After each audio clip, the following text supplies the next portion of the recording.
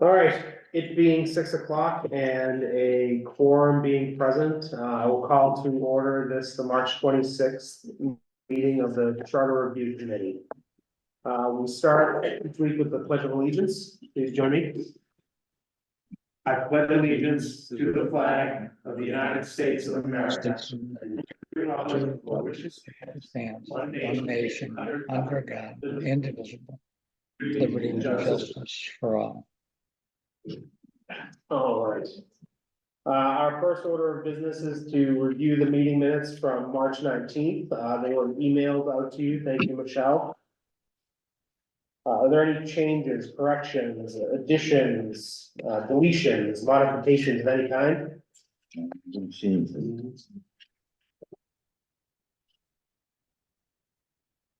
Hearing and seeing none, do I have a motion to approve the meeting minutes from March 19th? I'll make a motion. Mr. Levin makes the motion. Is there a second? I'll second. Seconded by Ms. Votrani. We are absent, I think. Hang on. Rob is not with us, Mr. Hutchinson is not with us, and Ms. Cavaco is joining as we speak, so I'll let Betty get on. Hi, Betty. Not Betty. I'll note at the top of the vote that, since we have two full voting members absent, our alternates will be acting, in a voting capacity.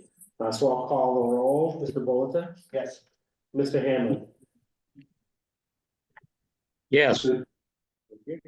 Cavaco, we're voting on the meeting minutes from the 19th. Your vote, Betty? Abstain. Thank you. Mr. Costello? Abstain as well. Mr. Hutchinson is not present. Mr. Lawler, your vote? Yes. Mr. Levin? Yes. Mr. Pizer? Yes. Ms. Votrani? Yes.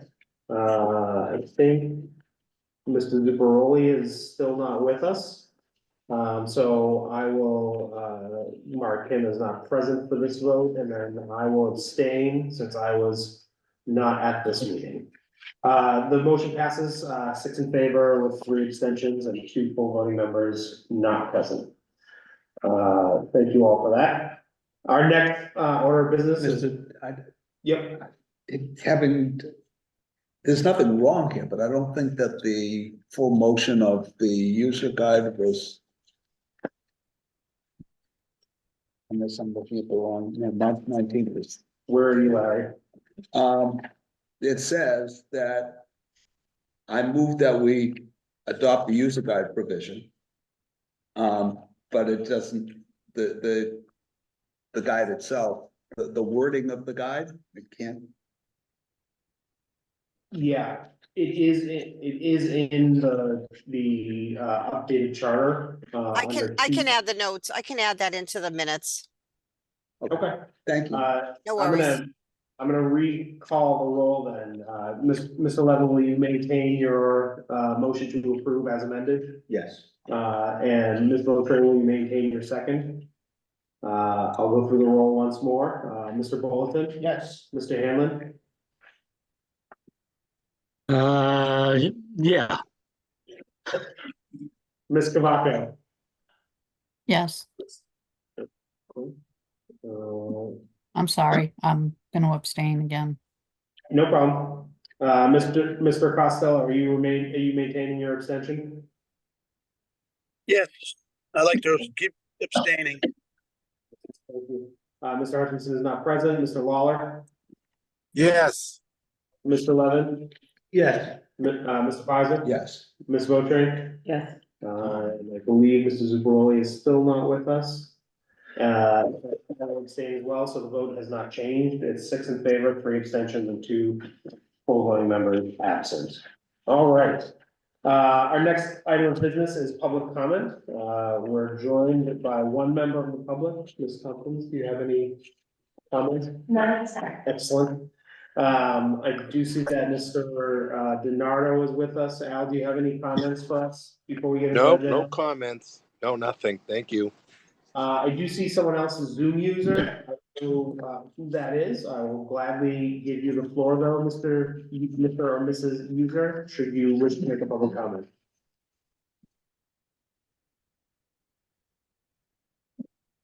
All right, hearing none, we'll move on to discussion items. All right, so tonight we are joined by, Mr. Tim Grandy, who is the chair of the planning board. We'll be discussing largely the planning board tonight, in addition to some items with, the town manager's position. So, I'll give you the floor, Mr. Grandy, to talk to us about anything that you'd like to see us do in the charter. And then we'll allow for questions from the committee. Well, first, let's thank you for the invitation, first of all, and thank everybody for getting involved in the process here, because it's a very important process as we review the charter quite more frequently than I think we've done in the past. It has been reviewed quite a bit. As far as things that I see that we should be working on a little bit, and I've had this discussion with Mr. Ball in the past, is more use of the we always look to the alternate in situations, and we really like to be able to utilize the alternate in some way, shape, or form in a more inclusive process, so that we get applicants for the alternate position that are able, want to be there and get to be involved as much as possible. So, I mean, as far as the review of the charter, I read the charter many times, and there's language in there that really doesn't stipulate timeframes. It says from time to time. I think we need to stipulate a time frame. As far as years, whether that be 10, whether that be 15, or through the discussions for the process you're having here. But I think there really needs to be some type of time frame. If you say from time to time, could be every 40 years, or every 50 years, or every 20 years. Depending on when someone decides, let's get involved with redoing the master plan. The other things that are involved, as you can see, I'm certainly not gonna read them. Starting in sections 3-14-1, the planning board. There are a lot of items there, which have been reviewed by former charter committees. So, I really don't see them tweaking them too much, maybe a little bit of language as far as incorporating what the master plan group is doing now. Maybe to some of the language. If anybody has any other questions for me, I hope I will be able to try and answer them. I certainly can't speak for the entire board. I'm speaking obviously for myself and my own opinion as far as the charter is concerned. I think the section of the planning board has been written well in the past, but again, when you review charters, you look at the language, if it's antiquated, then maybe you remove or you adapt the language to make it current and today. So. Thank you. Ms. Spider? I'm just wondering, and our inveterate reader of Mass General Laws might be able to answer this. Do we have the ability to change, is the associate or alternate member defined by Mass General Laws? The associate member is defined by Mass General Laws, but the scope of the associate member's role is not defined by Mass General Laws. So what we can do, and we'll see in the proposal that I put forth, what I've said is notwithstanding and subject to. So to the extent that there are things that are contrary, because again, if the state approves our charter, it is the equivalent of saying it's special legislation. So we can literally say notwithstanding, but subject to. So we can say, if we create a law in the future that says our associate member can't do things, we'll say, yep, but we're notwithstanding that. But if the special legislation is ultimately overridden by something else where the Commonwealth decides, I don't care what all the special legislation says, this is no, we haven't completely negated that, so we're still always subject to it. I can actually tell you that Mr. Hartman sent me an email just yesterday, I believe it was yesterday morning, indicating that someone has actually introduced a bill up at the State House seeking to expand the role of the associate member of planning boards. So what we're talking about doing here is at least on somebody else's mind in the legislature. But I don't think it's particularly controversial. But I echo Mr. Grandy's statements, which is to say, and having been an alternate or associate member of the planning board myself, 40 years for me. and 4 years for him, it's a tough ask of people to read, prepare, go, do everything that you're supposed to do. And then have you sit there and say, okay, do you have comments? Well, I have a couple, but I don't really have a say in any of this. And I think that that's unfortunate. It's also, I think, I think a lot of the boards will start seeing this, that associate members are training ground for future permanent members, hopefully for elected as well as appointed boards. Gives people that sense as to their engagement and hopefully keeps them engaged, so that they want to remain engaged. So obviously, I'd like to do whatever I can so that our volunteer town government continues to function with quality volunteers. If I may, although there will be particular cases where the associate member of the state law will not be able to participate, which would be the community preservation committee. Correct. As far as appointments. Right, so we're not gonna be able to do that. So I think again, and we'll talk about it because the proposal that I've made with the discussions with other planning board members and our planning director, because I took comments from everybody when I put them together, was in essence to say that as far as the types of things that we would be able to normally do with someone who was appointed, I took, for example, the ZBA. The ZBA makes binding decisions. They are the adjudicatory body when it comes to lots of the specifics of a project. If the town is comfortable with doing that, then I see no reason why an associate member of the planning board can't give a determination or an advisory opinion on those same types of matters. Where the associate member would not be engaged in voting would probably be more in the policy-making aspects of the planning board, because that's really what the people are electing us for. They're electing us for our policy-making determinations, our goals, our recommendations when it comes to changes to the bylaws and Any project that is under the jurisdiction and adjudicatory authority of the planning board, which would be the Pine Hills, Makepeace, those type of developments. Right. So any special permit activity through those two developments would go through the planning board, not the zoning board of appeals. Right, but the goal being that we would focus the associate members' involvement as far as voting goes on those things that are a little bit more concrete and leaving the more esoteric aspects to the elected members, because that's what. So are there other towns that have been involved in what we're talking about now, elevating the serving? And I guess that would help me is, are you talking about voting, sitting at the table and discussing, and we've gone through this, sharing your vote, even though it doesn't.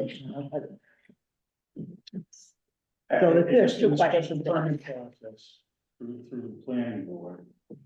Where the zoning board is adjudicatory, but we're only advisory anyway, as far as the vote is concerned. We're very similar to the zoning board as the Cedarville Steering Committee, Downtown Steering Committee advising us as the planning board members, and then we do an advisory report to the zoning board of appeals on the special permit process. So we're not adjudicatory, when it goes to the zoning board of appeals. So right now, we do. But you are talking about a vote that counts. Yes. Yes, so the zoning board will look at our vote and the report that comes to them from them. Yes. So right now, and is the associate member can comment on anything. They are there, they sit, they comment, they're fully engaged, their opinion is. Well, I make it a point, all chairmen should make it a point to involve the alternate. To involve the discussions, that's why you appointed that person, as the alternate. You've been involved.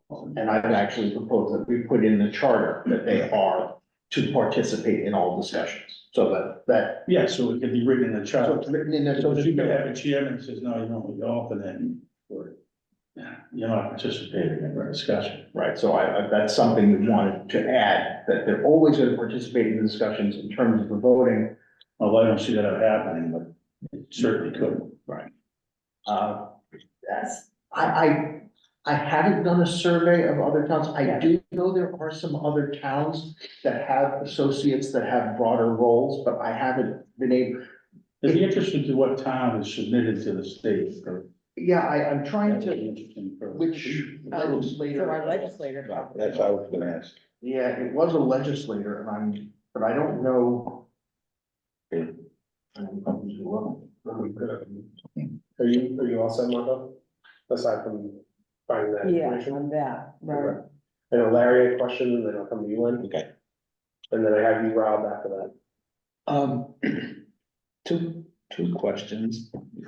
One, removal for cause seems extra because any appointed person, Can I, yeah, you have two different sections.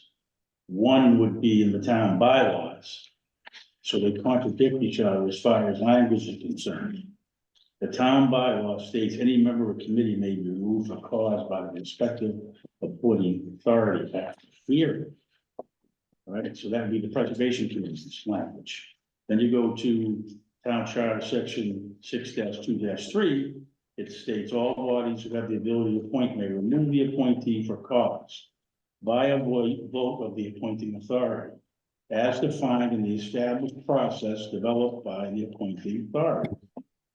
So they both kind of contradict each other in language. But cause, the definition of cause, you can certainly go to state law, which I can hand to you, and there's a lawyer that reviewed cause, the actual definition of cause. right. No, I'm not. This isn't necessarily operational because cause can be, you blink twice and we don't like that. But The definition states. back in the olden days, when I was employed by the town, and we had a different town council said that any appointing authority could remove any person appointed by that appointing authority. There was no statement of cause, so. And or hearing, is what is hearing. I mean.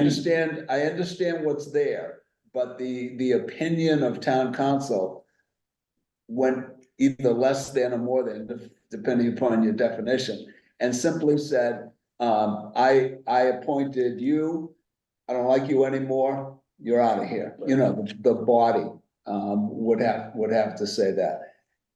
So I'm just pointing it out. I don't have a problem for saying for cause because it's vague enough that, if a group wanted to dismiss an appointed person, they're gonna find cause.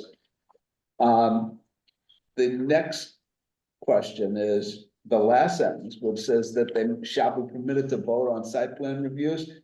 Are you making 6 votes? And I won't do that. Well, I think that, that's what I think I did. that's how, isn't it in the absence of Yes, well, and the absence of a member. I don't think it's, Plus in the advisor, if it was advisory, if we're approving a subdivision. The layout, street, safety, lights. Yep. Et cetera. You never wanna have an even number of people Right. voting. It's always gonna be an odd number, as everyone realizes, right? but the last sentence, Now it's simply. that's my language, so you're asking him, you should be asking. I was I asking. didn't write the name. Yeah. The answer is no, we don't wanna have six. Right, so do we need to alter that We would language? need to alter that language. Okay, Yeah. Yeah, we'll get into the review, My proposal. Steve has a proposal. Is this it? Post- Oh. Yeah, that's. So we're not talking. Oh, I'm sorry, we're not, No, we're just, right now, we're just asking Mr. Randy questions about Yes. planning board stuff. Now, that language he's written there, I haven't even seen. okay. No, I haven't really even. Are you good, Larry? I am. Len? So is it the fact that alternates don't have the same powers as members because it's an elected position? Correct.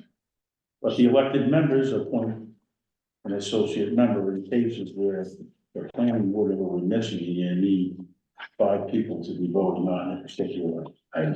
So if you have an elected member that doesn't show up, the alternates can't constitute a quorum then.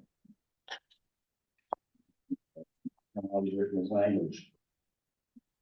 It's not elected officials, how could it constitute a quorum by having 3 members and then the alternate there, that's not a quorum of planning board members. It's a quorum of elected So then officials. I'm then confused about, That's a big one. No, you can't, use the associate member as the 4th, I mean, two, you Yeah, can't it's just use it, you can't use the associate member as the 3rd. right?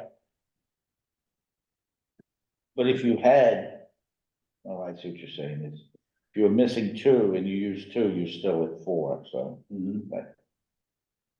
So help me understand, because so is the purpose of having alternates is to hopefully get this person to be involved and at some point decide to run to be a member? Because I mean, the planning board is different than a lot of committees because you literally have to you have to campaign, you have to get out and do all that. Well, here's because it's objective for support. If the developers got lawyers and everybody else coming before a planning board, they're invested money and nobody knew that this particular person could have got hurt, some family member, something happened just before the meeting. The alternate member is appointed. That's why you have the alternate member there in case of situations where a member couldn't be there. Or if they got in an accident, let's say there was only 4 members. And they're in the hospital and they can't participate in Zoom. So this is why we have the alternate, the availability to have an alternate member in that position. So they could be seated in situations where they are allowed to vote. And have full. Correct. Oh, Full voting authority. okay, I was confused, I thought they couldn't have full voting. Now, when they get appointed to that case, they got full voting. Okay. We just need to clarify, I need to clarify that. in the Right, language. right. Yeah, I mean, I think that's very important. It's not only, it's like, the boot camp and not only a training ground. And hopefully you get this person to make a bigger commitment to the committee for a longer period of time. I know when I did it when I was young, it was quite a daunting experience. Right. Hmm? So you good, Len? Yeah, thank you, David. I have Rob, then I'll come back to you, Martha. How you doing? You're muted, Rob.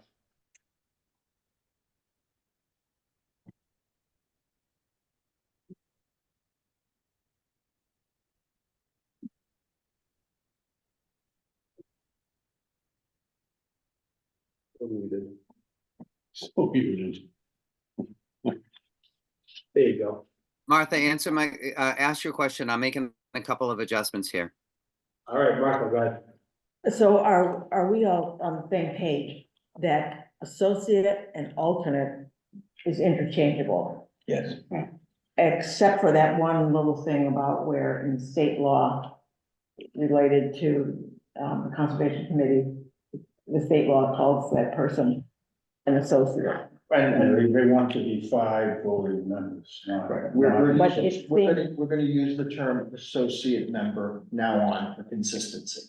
That's part of it too. You mean in the town of Plymouth? I think in the verbiage in the charter, So the In the charter of in Plymouth. the charter of Plymouth, when we speak of a So that's what I'm non-full- suggesting. an alternate member, they will be referred to as an associate member, and the reason that I think we should do that is that was because that is what the statute said, that's what the statutes call them. The statute refers to member as an associate member in both the statute for the planning board and the statute So for the. now we know that too. Okay. And that's okay, as long as, all right, so that's the That's gonna be our term. consistent language. Well, right. But you're right, if we're speaking of an alternate, that's. And then we give the alternate a role or duties. Now I forget what the other thing is. It'll come to me. Rob? All right, thank you. Specifically, what document are we talking about right now? So we're not talking about a document just yet. We will be talking about a proposal that Steve has put forward. Michelle emailed that to you, I believe, around 5:30. Yeah, yep, I saw them. Those were the documents that I was pulling up in case I needed to share them. So, Yep. all right, so then my question becomes this, if we're talking about, you know, associate members, alternate members, whatever term that you choose to use, I think this is part of a much larger conversation because there are several boards in town right now that have alternate, and associate members, and every single one of those boards has a different role and a different job description, if you will, for their alternates. I think if we're going to talk about alternate members on boards and committees, then we need to make something uniform so that all alternates function the same way with the same rules and the same responsibilities, because now you can go to one board and they function one way. You go to another board, they function another way. You go to a third board and they function a third way. There's no consistency. So I think this is a good conversation to have, but I think it needs to apply to all alternates on all committees across the town. Thanks, To Rob. avoid confusion. That certainly would have made my first 3 or 4 weeks as chairman on this committee an easier task. I do think that perhaps with the associate member of the planning board, there may be some inconsistency, but I agree with you in principle for the rest of the boards and committees, we should look at some consistent language for all the members. And the only reason I say there might be some inconsistency for the planning board is because of the statutory establishment of said position. There may be some. Also for ZBA as well, because they have. Yeah. Because of their requirements in terms of an associate member who is directed to, who is assigned to one case, continues on that case afterwards regardless of. Yeah, right, yeah, so, because they're assigned to cases. Correct. Yeah, so there may be some nuance, but I could. Mullins rule? No. I agree with you. Do you have a follow-up, Rob? Say that again? Do you have a follow-up? No. Excellent, thank you. Are there any other questions for Mr. Grandy at this time? Excellent. We're gonna pull up, we're gonna start going through the planning board. You're welcome to stay if you'd like. You're also more than welcome to go home and live your life. I would love to stay, but Tim, stick around, come on. Thank you for the. Yeah, we. You're the type of guy we'd like to have You'll around. miss the after- You'll miss the after party. Come on, Tim. No, I'm really gonna get home because I'm gonna be out tomorrow night and Thursday night also. Well, thank you for being here, Tim. Thank you, Tim. Appreciate it. Thank you, guys. Have a good night. You're welcome. Have a good night. Good to see you, sir. All right, so, on, section 3-14, the planning board, Rob, if you wouldn't mind pulling up, the red line proposal that Steve sent out to the group. Sent to Michelle and then is included in our packets. For those of you at home, you should have a mailed version. Steve has taken what was the entirety of section 3-14 and revised it and added some red lines to it. So I'll let Steve talk through what he has done here. Thank you. So the first section, if I address that, was what we've just been talking about. But didn't change, obviously, the composition of the planning board or the way it was elected. That's neither something we should or can do. But I did try to address some issues with respect to the associate member, and there's a good point that's been made, which is to say that if we're having the associate member vote, it should be in instances in order just to keep an odd number rather than. So I certainly can add language and came up with some language, so. I don't know if we want to adjust that now or just keep going. Yeah, so in 3-14-1, you added the language notwithstanding and subject to the provisions of Massachusetts general laws, the planning board may appoint one associate member for a term of 1 year, subject to removal for cause by majority vote of the planning board. The associate member shall be permitted to participate in all planning board discussions and shall be permitted to vote on site plan reviews, subdivisions, approvals, and special permit advisory opinions. Do you want to amend what you've written, Steve? I would. I think what we'll do tonight is we'll do similar to what we did with the COPC. Instead of voting on each and every single piece of it, we'll arrive at consensus for 3-14-1, we'll move on, we'll talk about 2, move on, talk about 3, and then we'll come back to a vote towards the end. So I think Larry, had brought up some issues with 3-14-1, so. Okay, so what I would suggest is after the word, so the second to last line, where it says discussions, planning board discussions, I would put a period after that. And then I would add the language, in the event of the absence of one or more elected members of the planning board, comma, and then it would continue.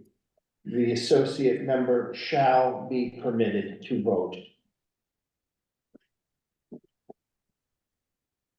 What was that, Steve?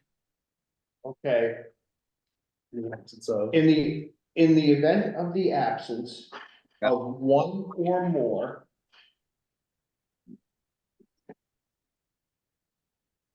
of the elected members of the planning board, comma, the associate member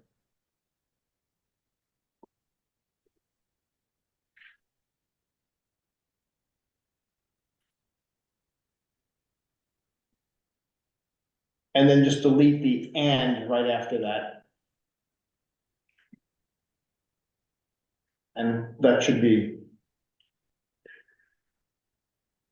yeah, I think, I don't think the word "the" in front of planning board needs to be capitalized, but other than that, I think I think that satisfies what you had suggested, Larry. Yep.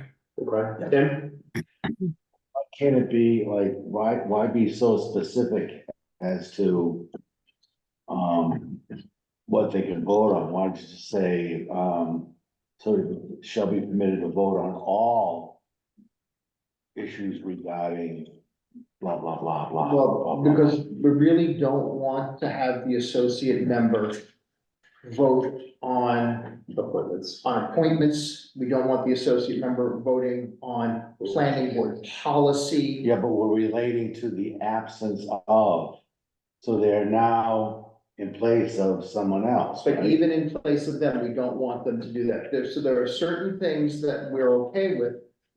But they aren't appointed, there's a reason that we as a town have decided to elect our planning board.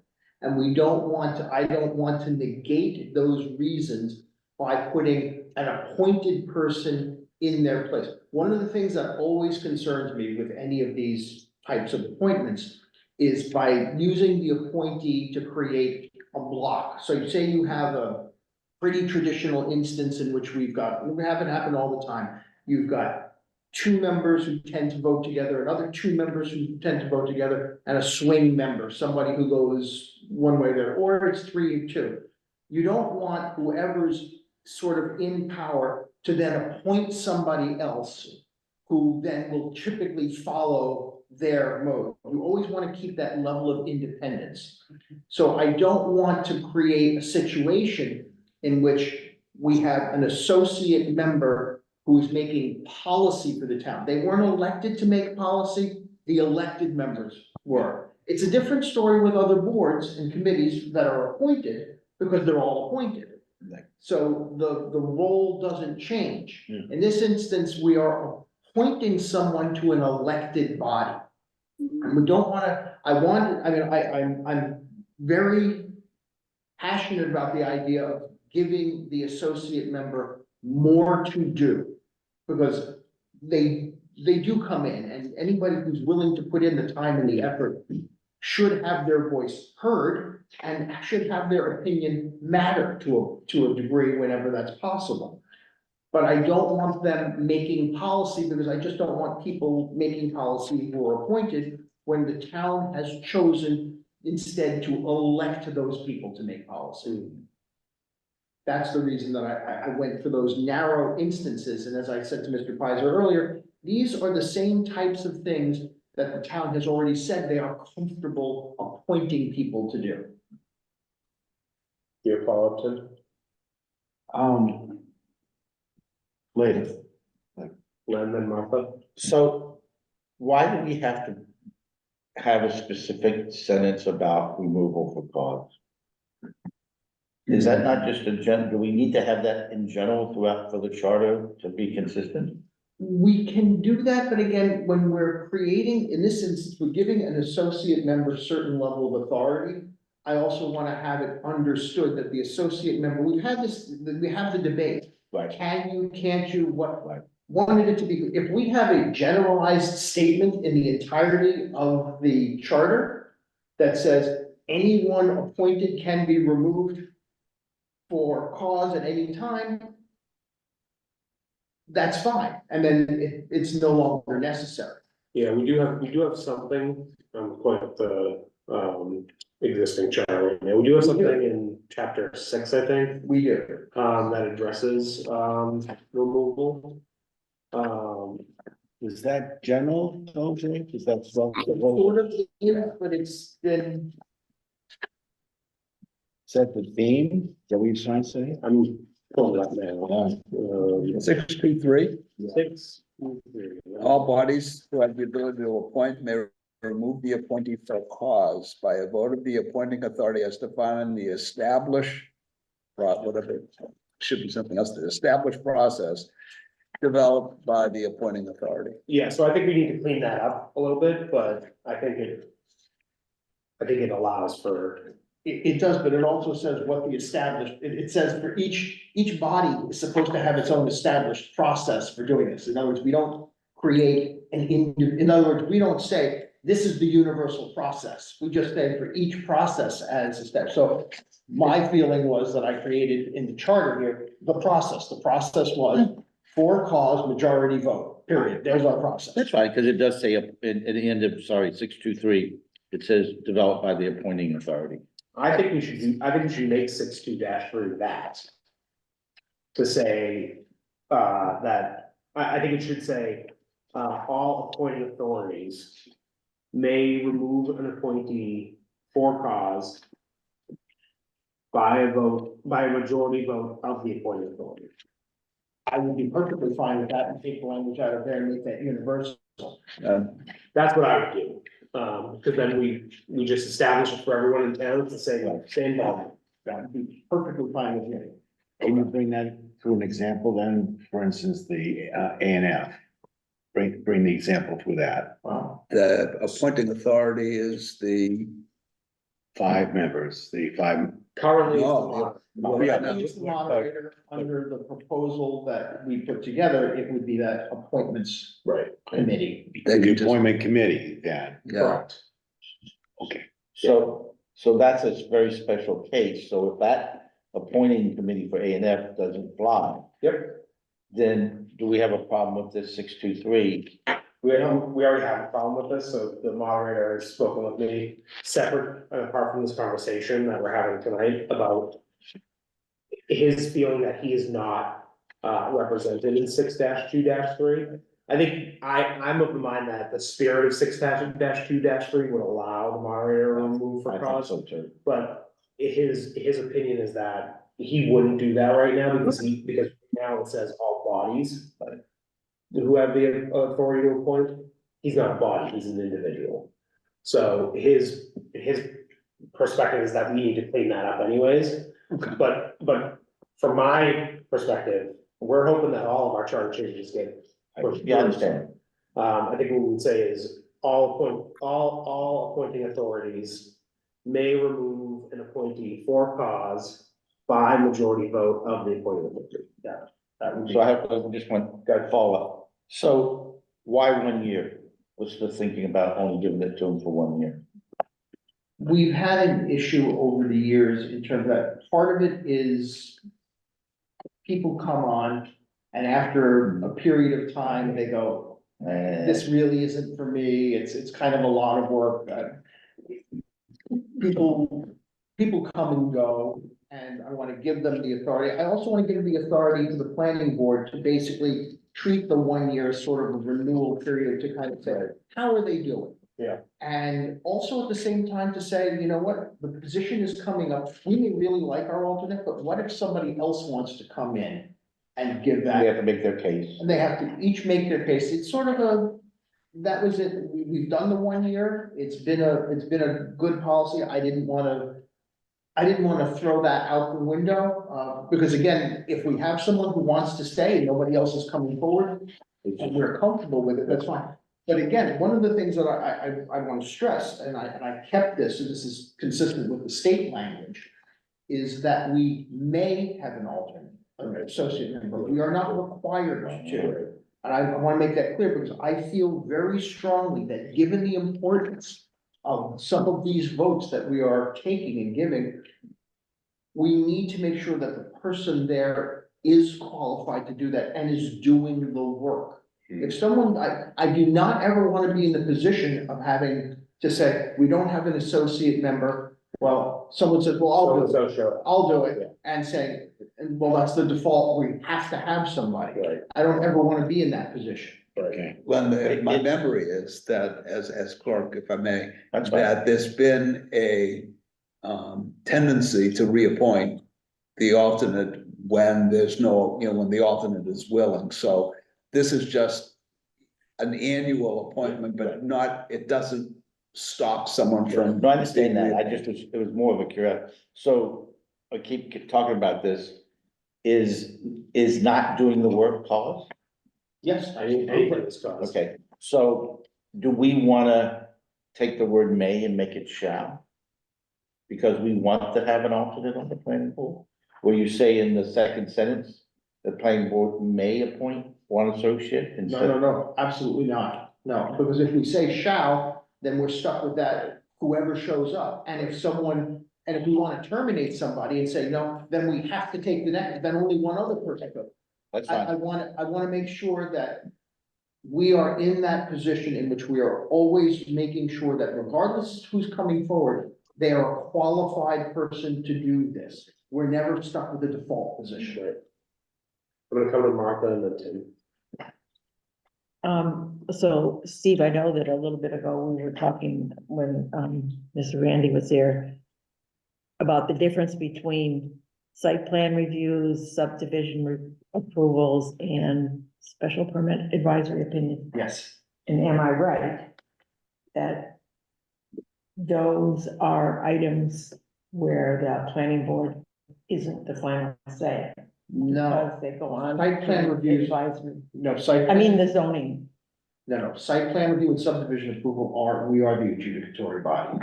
We make those decisions. We do not make decisions on special permits. Those are advisory opinions.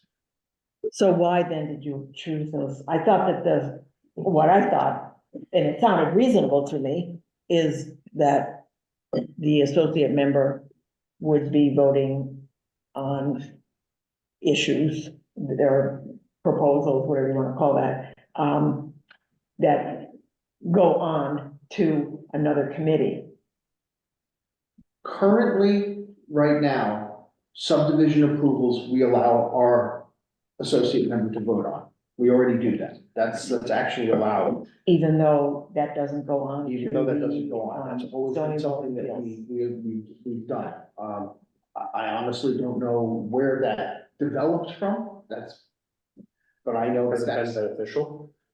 yes. There's always been, in fact, it's one of those things that's kind of, at least as an associate member, I can say, I kind of looked forward to those because I actually got to vote. But again, I was an associate member who had experience and I was anxious to become a board member. Yeah. Not everybody is. And, we've had associate members, as I understand it in the past, who were never comfortable voting and would abstain when those things came up and had that opportunity. That's unfortunate too, but the reason I chose these three Yes. particular things, That as is I said what earlier, was because these are the same types of things that the town has always been comfortable appointing somebody to do. So right now, the ZBA does all sorts of, when it approves As things, opposed to an elected. as opposed to an elected All right. official. No, I So see. the town has said, if we'll trust the select board to appoint the ZBA and make those decisions. I said, well, I don't see why you can't trust the planning board who's overseeing these things, who's physically right next to this person to give them guidance if they have questions as they go along. Why not have them vote on those types of things? Because we don't have a lot of subdivision approvals where somebody, so it can be literally one or two a year, and it just seems a little unfair, and it just also doesn't really encourage people to just have them really sit around and never vote, and we lose people as a result of that. Right. People who might be interested say, yeah, but I just as soon go be appointed to another committee where I can go vote. And, we've discovered how important planning is and how important it is to bring people along. And even if it's just a training ground for someone who says, okay, I've now spent 7 months watching the planning board, I have a better understanding of planning, and now I want to go on to a different committee or something else. I'd still say that was time well spent if I'm encouraging people to really get engaged and understand the planning. So am I correct then, though, that the final reasoning for those three that are listed here is related to the fact that there's a difference between being an elected person versus a appointed? Correct. Those were three, and I discussed these with Mr. Hartman and with Mr. Grandy.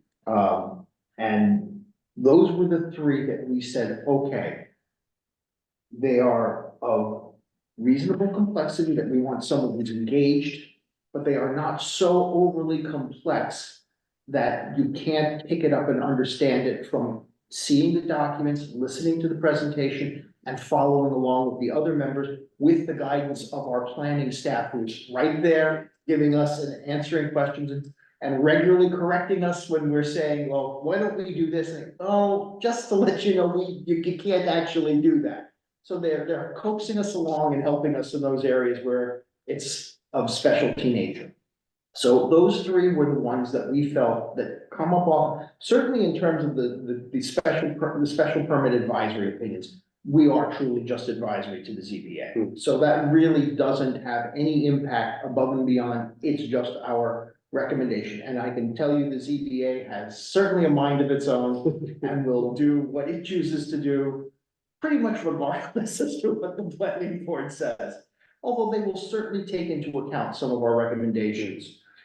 But what I've found, the real purpose of running these things, those things before the planning board, before getting to the ZBA, is not that we make our recommendations, but actually that we try and encourage the petitioner, the applicant, to agree to the changes before they go to the ZBA. We come up with ideas that say, hey, gee, this would, I think, work better for the public, or this might make a benefit to the project. These are the types of things that I think would encourage people to be more engaged with this project, and they go, okay, I can make that change. They agree to make that change, that's what goes to the ZBA. The ZBA doesn't make those types of comments, they don't make those types of changes. They review the project before them. We review the project with an eye to trying to get the best project we can for the town. All set, Marco? Mhm. Very good too. You are on fire tonight. Yeah, yes. Something I might have looked at for a while. God love you. let's go back to Len. Okay, listen, I am very concerned about not putting a lid on this understanding. So go back to the A and F. Right. All right, we changed things around. We had five. We I'm sorry, proposed. we proposed. We are proposing, Proposed. town meeting has to change things around. Understood, and that's my point. We put 5 committees together that have a representative per committee or per group that will represent the selection of A and F members. Okay. Well, let's say that that section is not approved by town. Yet 623 is untouched. Does that mean, Steve, help me out with does that mean that the moderator, now it's back to the moderator making the choices now, the moderator has the ability to both appoint and may remove a member of A and F? My personal belief is yes. Okay. That would be what our charter says. Okay, The moderator himself has taken the stance that he's uncomfortable making removals based on that charter provision because it specifically references bodies. And he's taken the stance that he's not a body, he's an individual. But Well, it says if I appointing may, authority. there might be in two ways of removing people. One, the charter referring to bodies, and then if the advice given by council is agreed to by the present council, then an individual might also have the ability to remove. And that's a question that council might advise us on. So just because 623 refers to groups appointing, doesn't mean that an individual appointing, for example, the town manager also has some appointing authority, can't remove a person. But you suggested writing in there appointing authority instead of bodies. Well, we're not there yet, so okay, so we're not here yet. We're not there. All right, then. But the then give reason me that the- was raised was because I had put that language in 3-14 one. Right. For the specific reason that recognizing what 6-2, -3. 6-3 Does not. 2-3, yeah. Okay, does say, it says per that body's policies. And since we don't have a policy manual yet for the planning board, because the one I have written is still 20 pages long and needs to be presented to the planning board and gone through in detail. I felt that regardless, we should at least address it. If we're going to, I wanted to address, whether it's there or in a, I personally am in agreement. I like the idea of uniformity throughout the town as to how we do this. That is always my preference. There are, as Mr. Zuccaroli pointed out, we have many different uses for associate members, and I think there are some exceptions. But they should be the exception to a rule. Yeah, and I agree with that. And I might even add into that, when we get to that section, that it be done by vote in a posted meeting. Just to be absolutely crystal clear that it has to be done in the light of day. I agree wholeheartedly. Can I make a proposal? We take out subject to removal for cause by majority vote of the planning board, take that out. And then we take, as David just said, I mean, I think we work on 623 and get that to be, have the language to cover all things. Because one of the things you mentioned, the procedures is operational. And we've talked about taking operational stuff out of the charter because every committee or board or whatever, it may end up being that's the language they use to decide what causes and everything is the same across the whole town. But again, there may be some cases, so I suggest we take that out. I'm perfectly fine with that. Yeah, I think we've come to an agreement here. So Rob, can you take out, in the third line, starting after the word year, everything from the comma to the period in the remainder of that You sentence? put a period at the end of the year. Yeah, so it will end year, period. Perfect.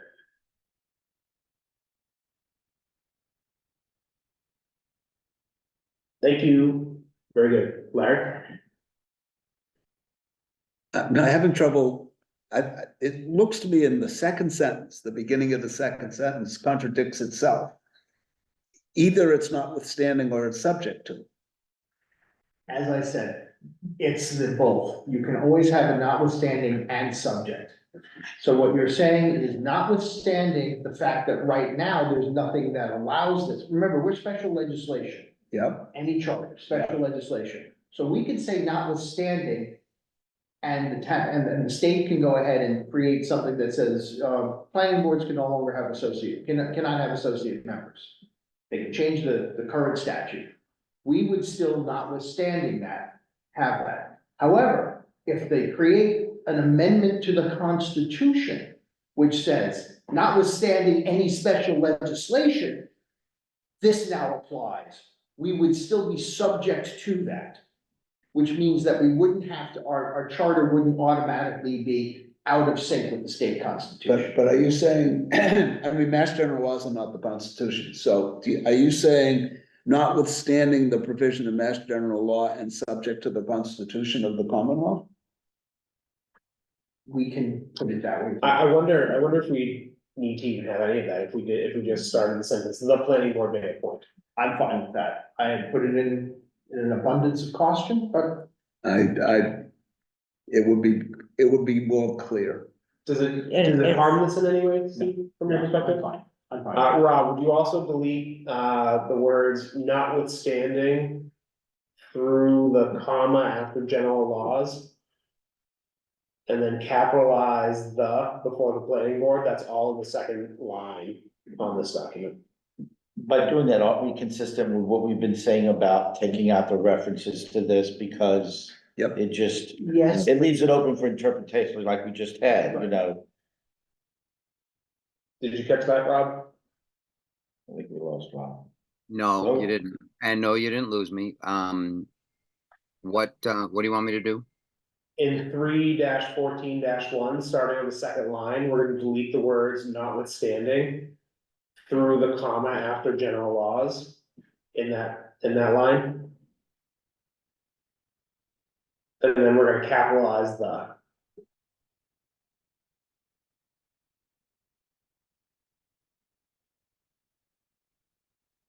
There we go.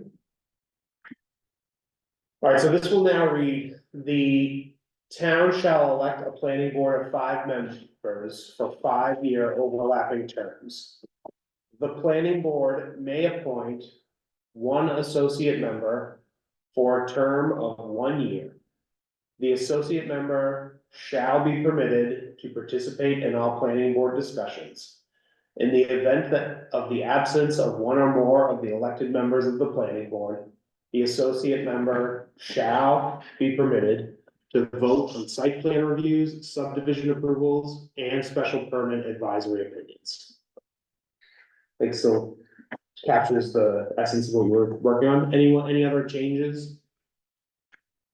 All right, we're getting thumbs up and a whole lot of nothing else. So I think we're good to move on to 3-14-2. Do you want to explain what you did here, Steve? sure. Well, once again, that's consistent with our statements about the planning board shall execute the powers as prescribed in the general laws of charter and bylaws. Yes, of course it will. That's a given.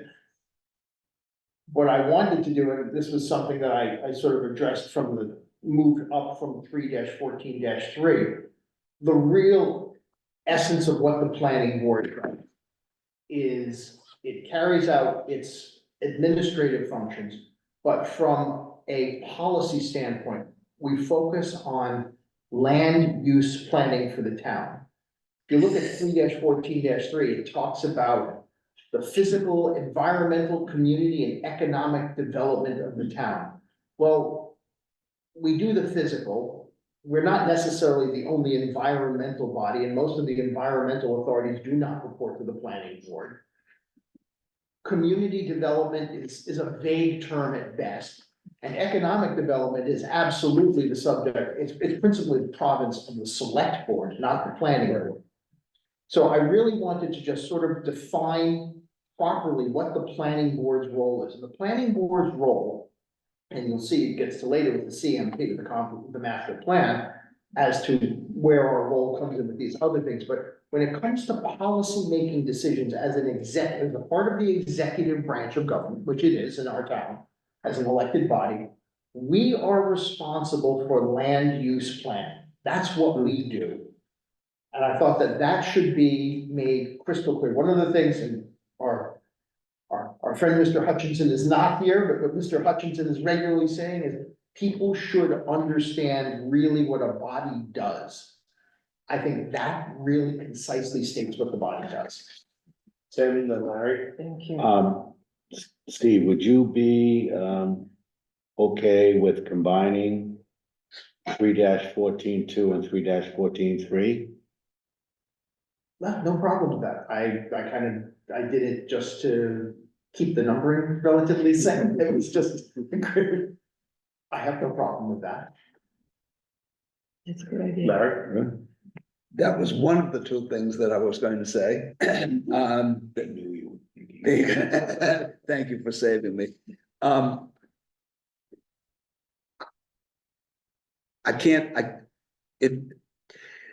What's left in 3-14-3 now, the second sentence of 2 is kind of circular. The planning board shall be responsible for the operation of all planning board functions. Yeah, Well, it's but- through the director of planning. There's a reason that people talk about that, we really do have the planning director has the same type of role to some degree as the town manager when it comes to this. And it's important to stress, as we talk about the two truly executive bodies in town. Planning board is essentially a slightly junior version of the select board when it comes to land use.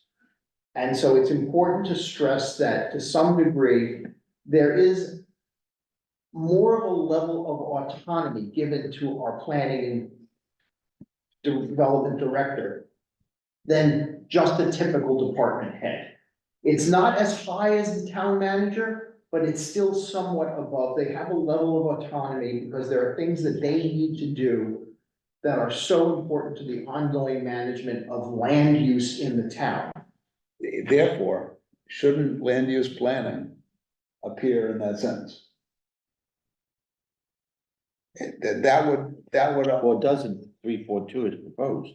Yeah, if we merge the 3-14-2 says, It would then be a planning board function. We say that they're responsible for land use planning, that is a planning board function. But I mean, isn't it circular to say the planning board is responsible for planning board functions? Well, Yeah. but again, it's through the director of planning and development. That's the reason that sentence is there, and that's the reason I didn't take it out. I understand your point, and I'm normally in complete agreement with you that I don't like those sort of just nebulous, you'll do what you're supposed to do sentences. Yeah. The reason it's there is because we're talking about the director of planning and development, and we're trying to stress among other things. So for example, one of the things that can't happen based upon this is you can't just eliminate the director of planning and development. Because it's now a charter, it talks about the fact that it must be there per the charter as part of the planning board. If you're eliminating the planning board in a certain way, then you can do it, but right now we're saying, no. The planning board functions through the director of planning and development. Okay, I'm entirely supportive of the concept. I don't think the word's there yet. That's my Okay, problem. then let's work on the word. I'm in agreement with Larry. I actually don't think that 3-14-3 is necessary at all. I don't play devil's advocate. We've already eliminated the director of planning and development from the charter and other sections. And part of the reasoning for doing so was what happens if some far off day, Lee's no longer here, and, the town manager decides that that department will be a different department.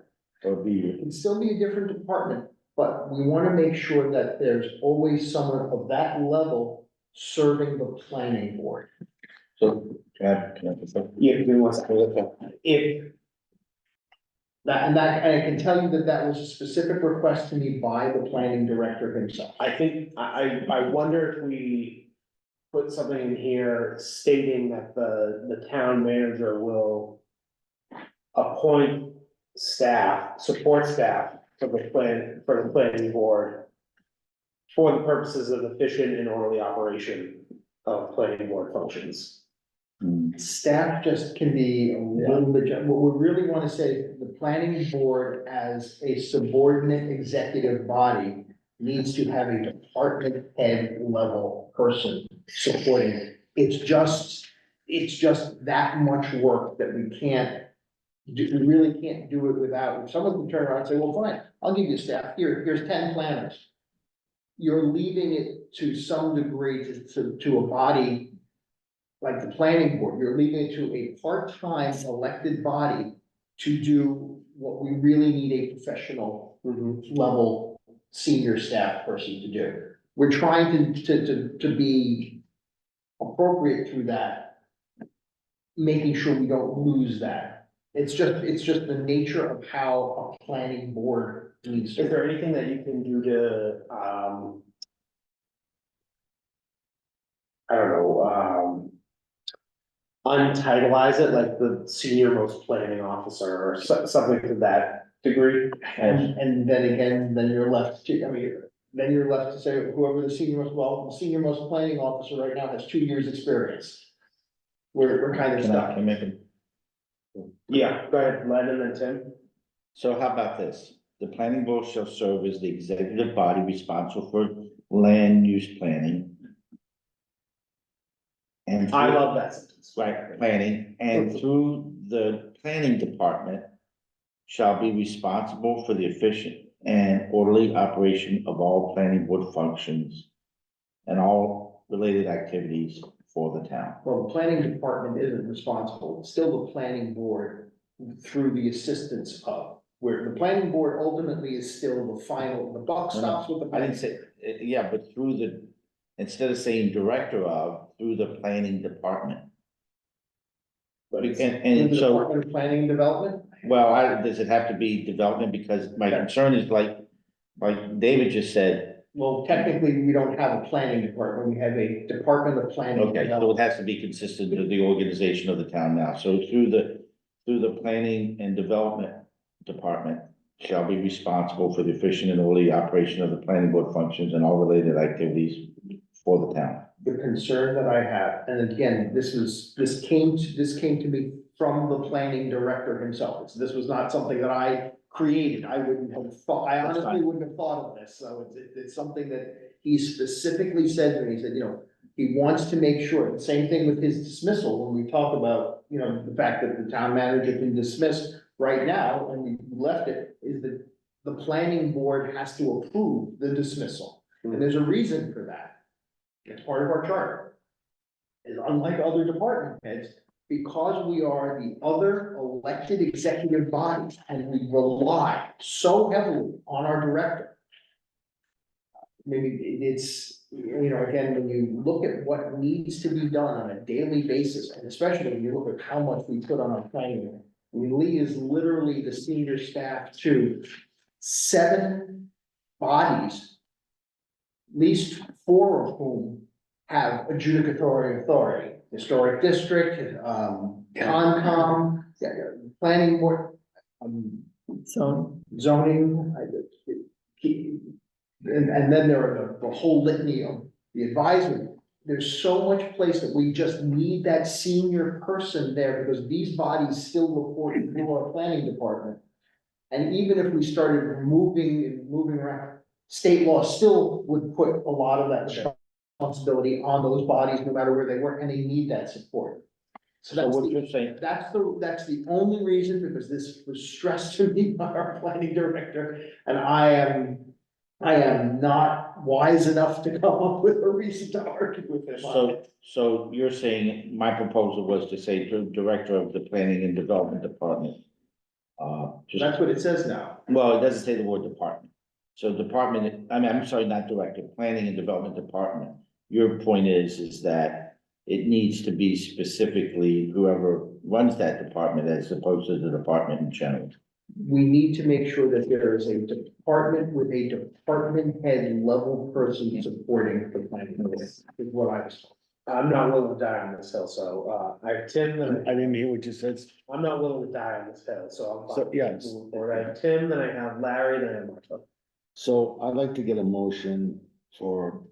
I think we're just doing consensus right now. Consensus, right? Just to combine these two. We don't need a motion right now, so, Like, just- so, Rob, can you, delete, 3-14-3?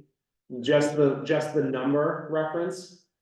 And the substance of that provision will be part of 3-14-2. So there'll be a renumber. Yep, so I think it's fine the way you've done it there, Rob. We don't think we need to go all the way up. We'll be able to, get that formatted correctly if we get to it. Larry? My understanding is that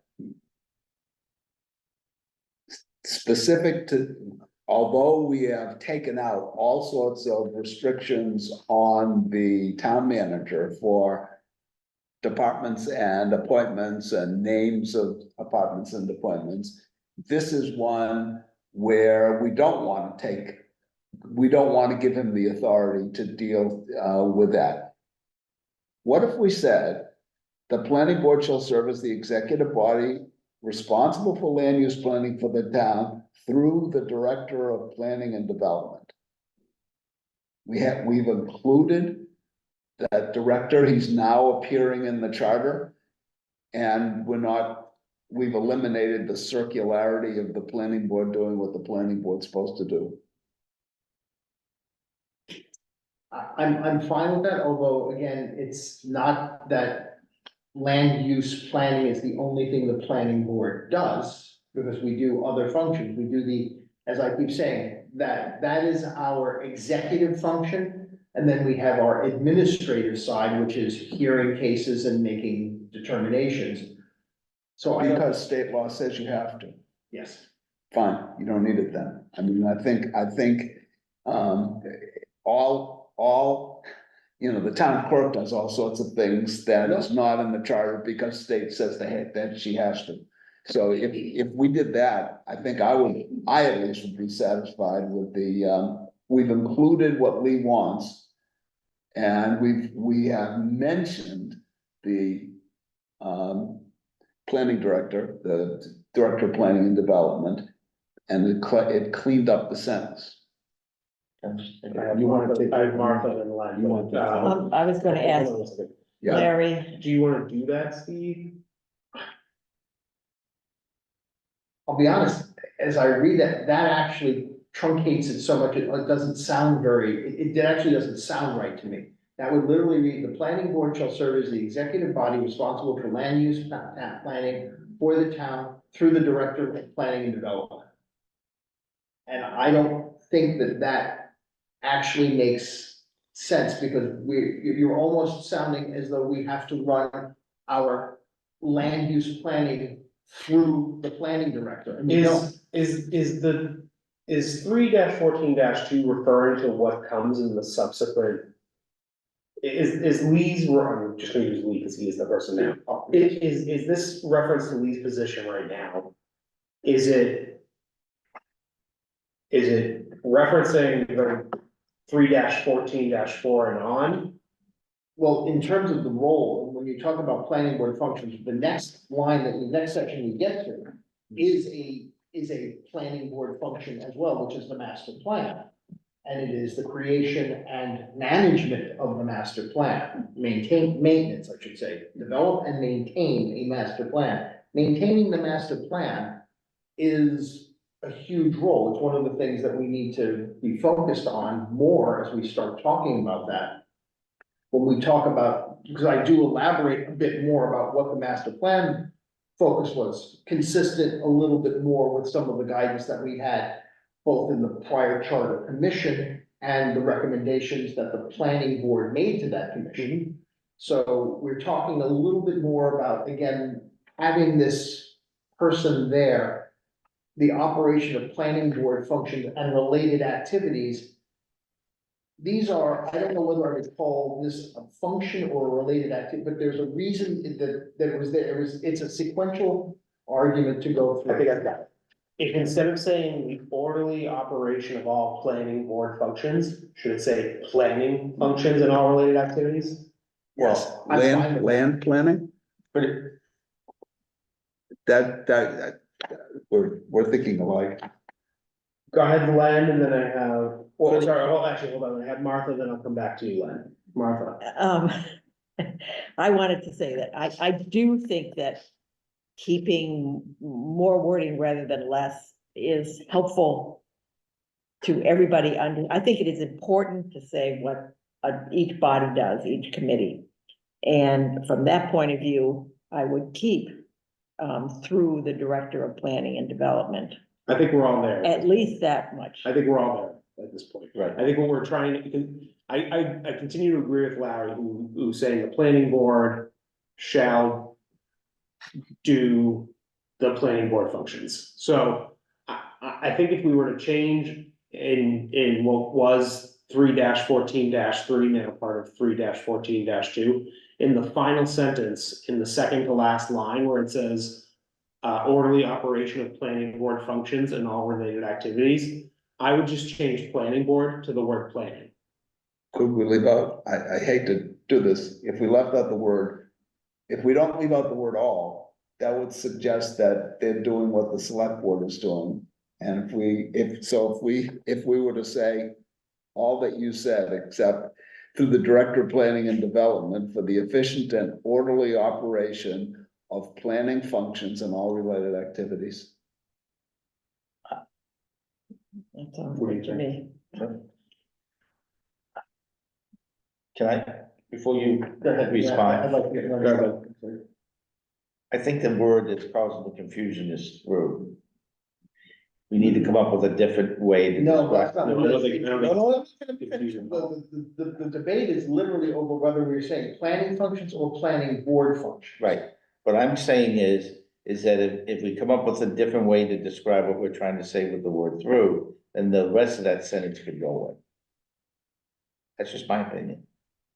So, But we do wanna, again, we're. because what Larry said is that it implies that everything you do has to go through them. And so it's almost like you're saying, you can vote and decide all you want, but if Lee doesn't agree with you, it's not happening. That's just the way I'm interpreting that. So I'm not sure what the word is, with the assistants, whatever, or, some way to describe that. But I think it is a little bit circular, because shall be responsible. All right, so I see your point, but let me suggest this. How about we say the planning board with the assistance of the director of planning and development shall be responsible for, I don't need efficient and orderly, that's. With the assistant of planning, director of planning. Shall be responsible for planning functions. See, the problem is, and here's, and I know, Larry, the problem is what we're trying to say is that there are planning board functions versus, because if we say planning functions, planning is still covered by lots of other bodies in this town. Yeah. And we're trying to define. Is this sentence saying that Lee helps you guys organize your meetings? It's more than that, because lots of stuff gets run through the planning director has a level of autonomy when it's come to, for example, let me just give you an example. One of the things that happens on a regular basis is people come to the director of planning, the planning department, and say, I have this proposal.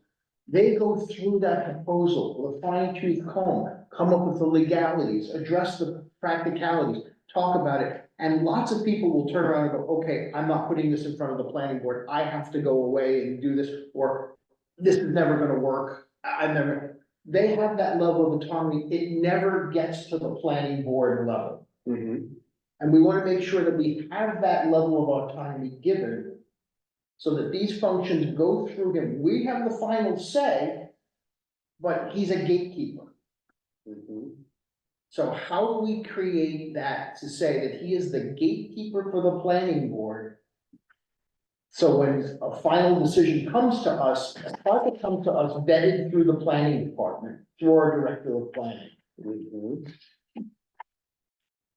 And as well as some of the other things, for example, when we talk about zoning bylaw changes, we rely very heavily on our director of planning to say, look, this is what we've done in the past, this hasn't worked, this is what we need, based upon all the things that are coming to us and saying, we could use a zoning change for this. Okay.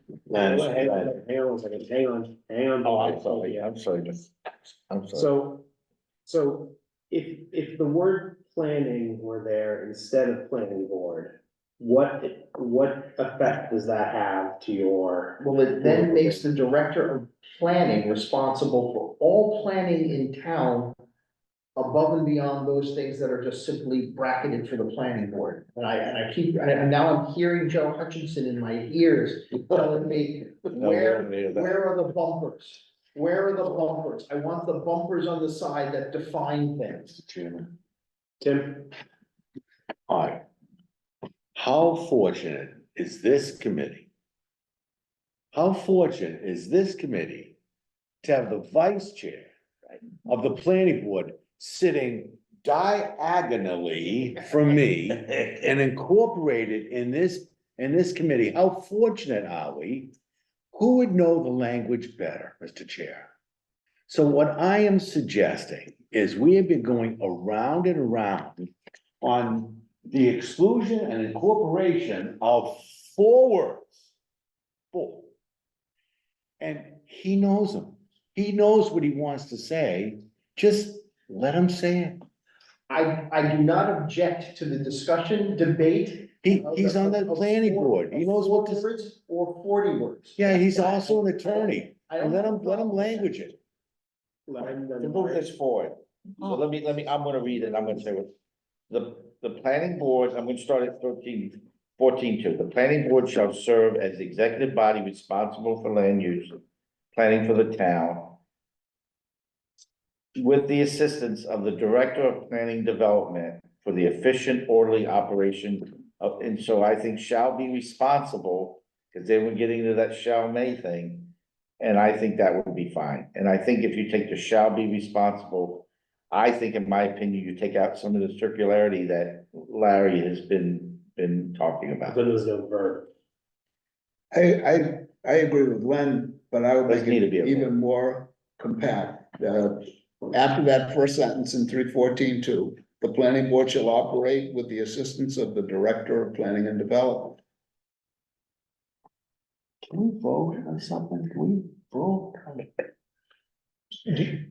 How about you? Let me ask you this, Steve, has any argument here swayed you from where you have this written? Which, by the way, is almost the exact language that's already in our existing charter. Yeah, I didn't go.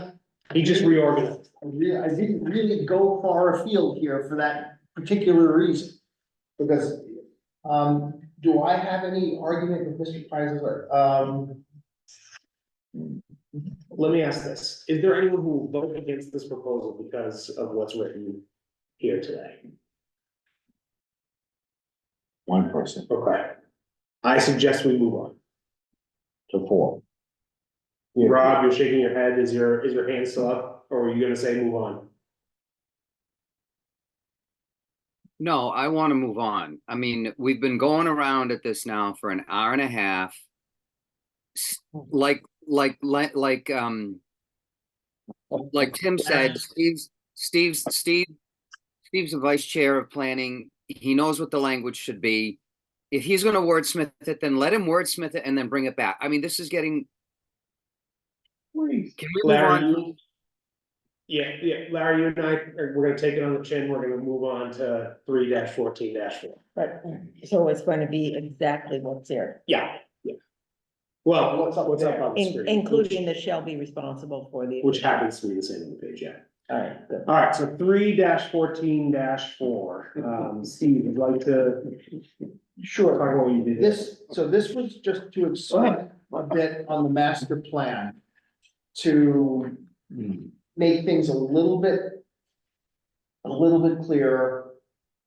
And a little bit more definitive, as the chair, Mr. Brandy mentioned as well. So first, I mentioned that, I know it's frustrating to say compliant with state law, I know that that's not, but we prepare all sorts of other plans in this town that are not part of state law. We don't, once we've done a master plan, we don't ever have to do another one. We don't have to. We've got an approved master plan, we never have to do another one. So we could literally say that we're going to do an update of our master plan, and it doesn't have to be compliant with state law. I don't think that that's right. I think we should be doing one that as a minimum, and I'm using that as a minimum standard for what our update has to be. So that's the only reason, with respect to what Mr. Pizer and I regularly say when we take that out. I wanted to explain there's a reason that it's there, that's to say there's a minimum standard, and I couldn't think of a better way to do it than to say it has to follow the statute. So that's that, explaining again what it serves its purpose for. We had in there certain sections, the requirements that said that it'll address issues concerning. It'll address what it addresses under state law, but I wanted to explain that its purpose is to provide physical, environmental, communal, and economic development. Those are areas that it covers. All the topics fit within those. So 3-14-4 would now read, the planning board shall develop and maintain a comprehensive master plan, CMP, compliant with state law, which shall serve as guidance for the long-range planning of the town with respect to its physical, environmental, community, and economic development. The CMP shall be updated at least every 10 years, which addresses Mr. Grandy's point earlier. The planning board shall solicit public comment and participation throughout the comprehensive master planning process and shall adopt the CMP and or any updates thereto only after a duly noticed public hearing. And again, I can tell you that for example, the public comment and participation is required by statute. It could be taken out, but I didn't think that was worth doing to necessarily. My concern in removing it was people would see that and go, oh, they're taking out the public comment and participation. No, it's part of the law, we have to do it. But I thought from a practical standpoint, there was no harm in leaving that in there. And there was a concern that people wouldn't understand. One of the things that I am cognizant of is, again, we're putting this in front of town meeting. I don't want to be standing up in front of town meeting trying to say, oh, no, don't worry, we're not taking out public comment, it's part of the law. Well, then why did you remove it? I thought that would be unnecessary. I think where you've also pared this down considerably in other areas, I think leaving in some superfluous language is perfectly fine. Larry? I'm supportive of all of this. One question, I think, in the second line, shall serve as guidance is a dependent clause, not an independent clause, and therefore what should be that?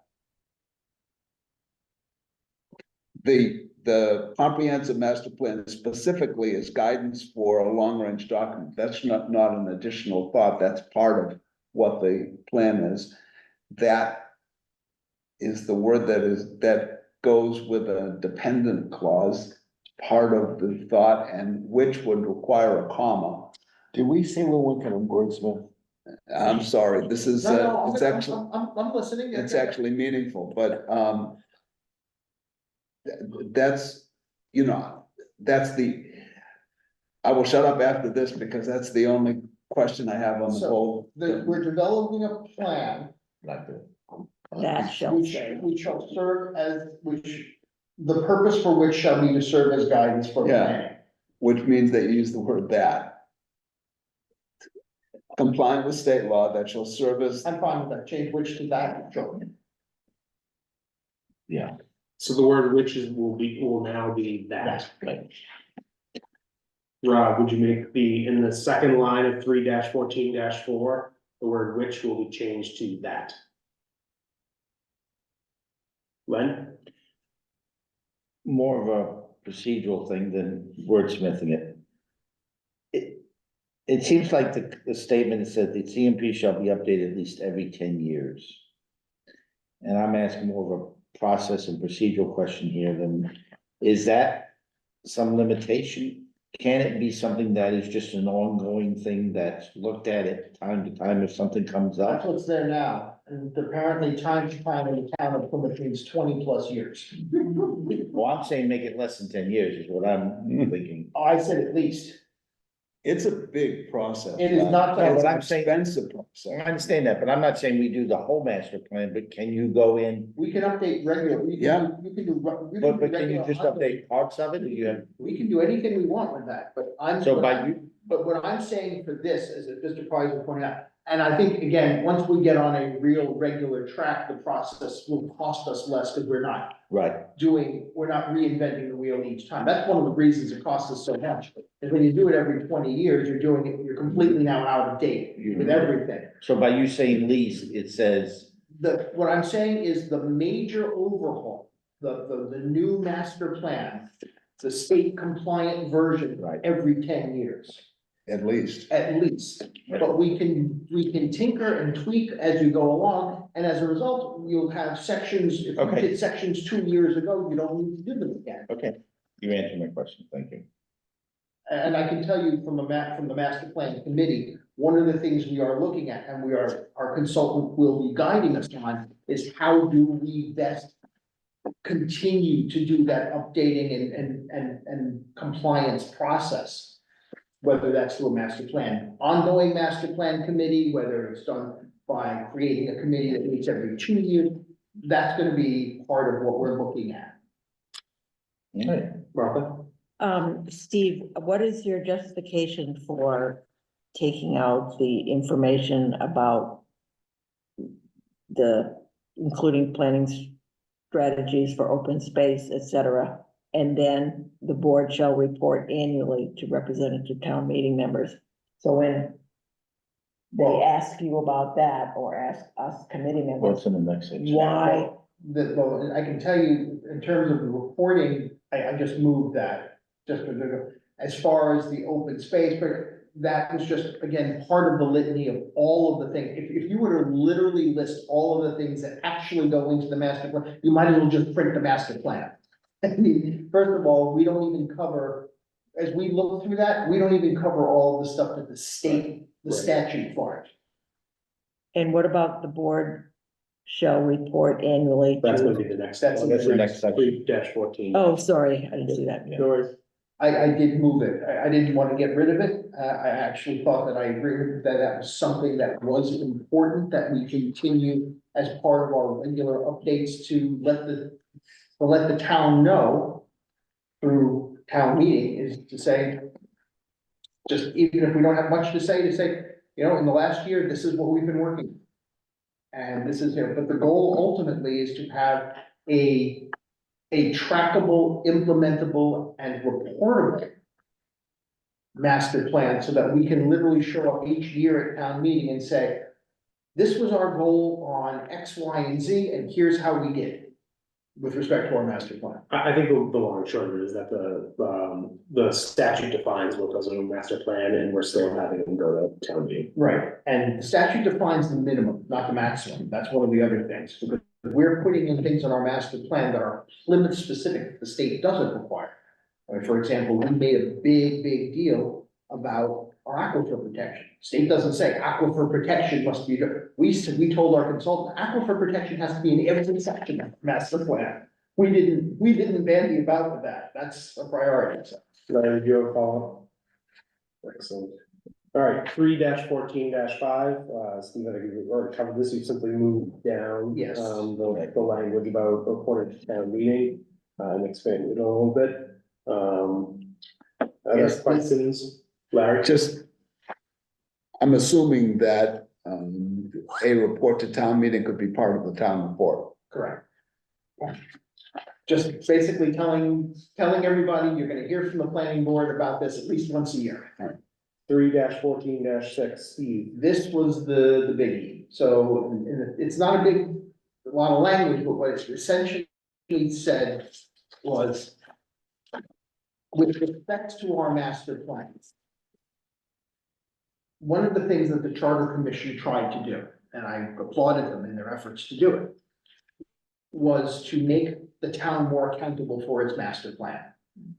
The problem is that right now, if you were to leave all of the things, when we talked about this, all of the things that go in the master plan, if you were to leave that to just one body, whether that's the planning board, the planning department, or a master plan committee, it's impossible to do because our master plan covers everything.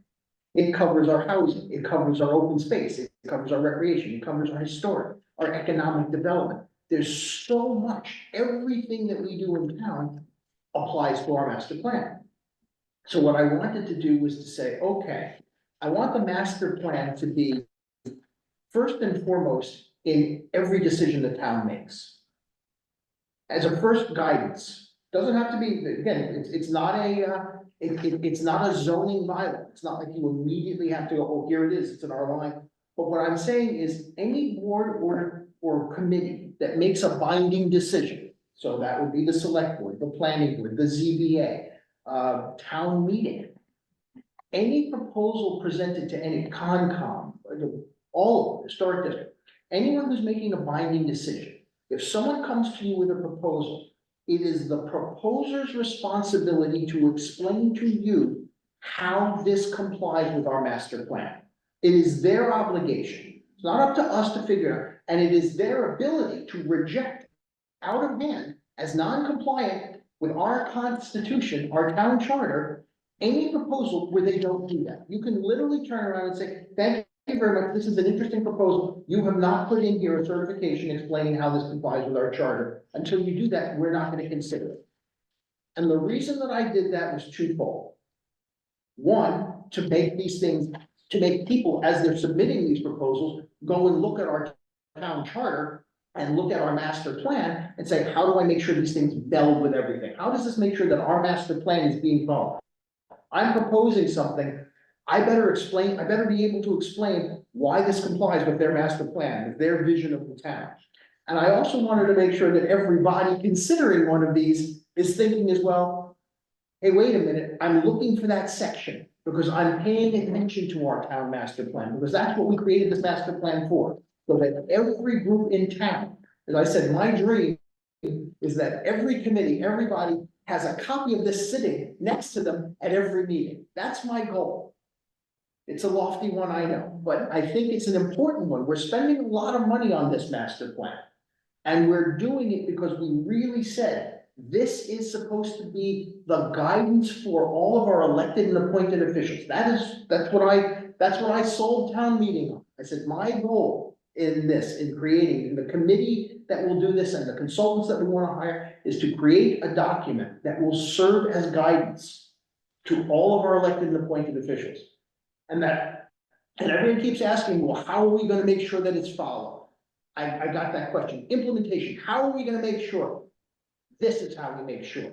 Because we make every town board and committee that makes a decision responsible for looking at it and looking at each proposal and comparing it to our master plan and saying, okay, you've told me this is the reason. I'm looking at this and I'm challenging you on this. Yes, all right, thank you very much. I got it. Or no, you said it complies, but I'm reading our master plan and I don't think it does. But I'm putting that onus on town officials to do it. Can you define any proposal, please? Yeah. It is a tough one, but as I said, it's very clear, any proposal on which they are voting from a binding vote. And I know I tried because I thought about this and there are gonna be so many that are de minimis. For example, if someone comes to the planning board and asks for, or the ZBA and asks for a variance to expand the deck, how does that comply? And the answer is, it fits in with and it's a one sentence thing but to try and narrow it down became an impossibility. So that is actually my concern with this. I sit on the Board of Health. So if someone comes with a variance request for a restrap or a variance request for a septic system, do those have to comply with the master plan, or do they have to say why it shouldn't happen? It should have to say one or the other, but again, to turn around and say, we're complying with the sanitary laws, which are intended to be for the health and safety of the community, which is part of the master plan. That would be sufficient. Again, I'm not expecting everybody to turn around and go and turn every discussion about every little thing into it. That would be a one sentence certification as part of your, literally as part of the application, you just put it at the bottom there. I think that this is overly broad, but I will open it up to the committee, Len, and then Larry, did you have your hand up as well? Yeah, I mean, I think that as part of looking at things that we're gonna do to the town or for the town, that now that we spent, you know, how many hundreds of thousands of dollars for this master plan, it just becomes one more part of the consideration of these things people wanna do. You know, right now, it's the zoning bylaws and maybe the charter and maybe the bylaws and whatever.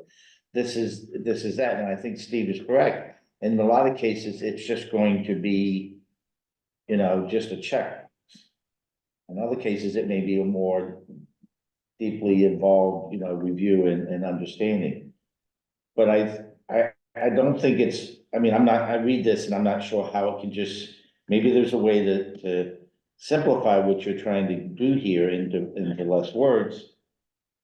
That says that the chart, you know, the CMP should be part of this review process, because it never was, because we didn't have one. Like you said, the thing we had was incomplete, it was 25 years old and all that. If you had one that was current, I would assume we'd be doing that today. Yeah, I'd like to say that that's the case, but when everyone yelled at me, okay, if I approve all of this money, how am I going to be sure? Those were the words from Right. town meeting. I heard. How can you be sure? And people got upset at me, because they were expecting me to say, oh, well, there'll be a committee and, you know, everything. And I said, no, it falls upon the town officials to do this. The only way that it can happen is if we mandate that town officials do it. Just one And last so thing. I understand. I'm a strong proponent, as you know, of the master planning process, and I do believe that it needs to be a consideration for everything that we do in town. I'm concerned about the language, but I'm not willing to And I agree with you, and I. not move this forward because of its importance. I debated that, because I literally just looked at it from a planning standpoint, but just as a standpoint, how does someone come, and I said, you know what? They put in a single sentence and every department head and these things will just sort of say, oh, you just need this one sentence in here, and that'll be fine. And in most instances, that's what it will. But I don't know how you define what is significant enough to put in that you would start then creating, as you say, the list. And then we start putting in the lists, and now we're getting into process rather than, and I guess you could turn around, I mean, the problem is, I thought about saying, okay, at the discretion of each department, and I said, well, then most of the departments will turn around and go, after a while, well, this is a pain in the ass, everything's approved. And then we don't have that mandate. Yeah, I mean, my other concern is then people are gonna latch onto this, and we see the players in the town that will do that. And all of a sudden they'll start interpreting it and saying, well, you're not complying with it. So it's you know, it's either way. But I think it's important that just to support you know, you put yourself out there and says, you know what? We're gonna make it as part of the charter that this has to be considered. We didn't spend that money to take up space for the bookshelf, you know? I do think that, what is good about this clause is that it makes it puts the onus on the proposer, but it gives the authority to the body. So. Right, and again, I tried to narrow it by making it clear that it's only bodies making binding decisions. So if someone is coming in, if a committee has a proposal in there and they're saying, we're offering our advisory opinion, that's our advisory opinion, they don't have to do anything about that. They should, but they don't. But if you're making an actual decision, if you're submitting a proposal to someone who makes the decision, ultimately whoever that decision maker is that town meeting, if it's a zoning change? Or is it the ZBA, if it's a variance, or is it the planning board, if it's a subdivision? Or is it Board of Health, if it's a septic field or something? They need to do that, and I couldn't figure out how to come down to a way of bracketing this to say, well, any significant decision, then that's too vague. Sure. And then to say, well, remember what dollar amounts, how are we gonna conceivably do it, how does that work in the charter? So against my own better angels, as it were, I went broader with the idea that I could legitimately see a way of saying, this is not a big onus, I'm not putting a big legal expense on anybody who can't afford it by just putting in a sentence. But those who really have to justify it, when we have large-scale development or land purchases or things like that, I want the explanation, I want to hold them accountable, and I want to make sure that whoever's listening is paying attention. Larry? I was the major proponent of planning on the on soon to be forgotten charter commission. The town clerk was planning to buy a postage meter or make an extended lease on a postage meter through town meeting. That's included.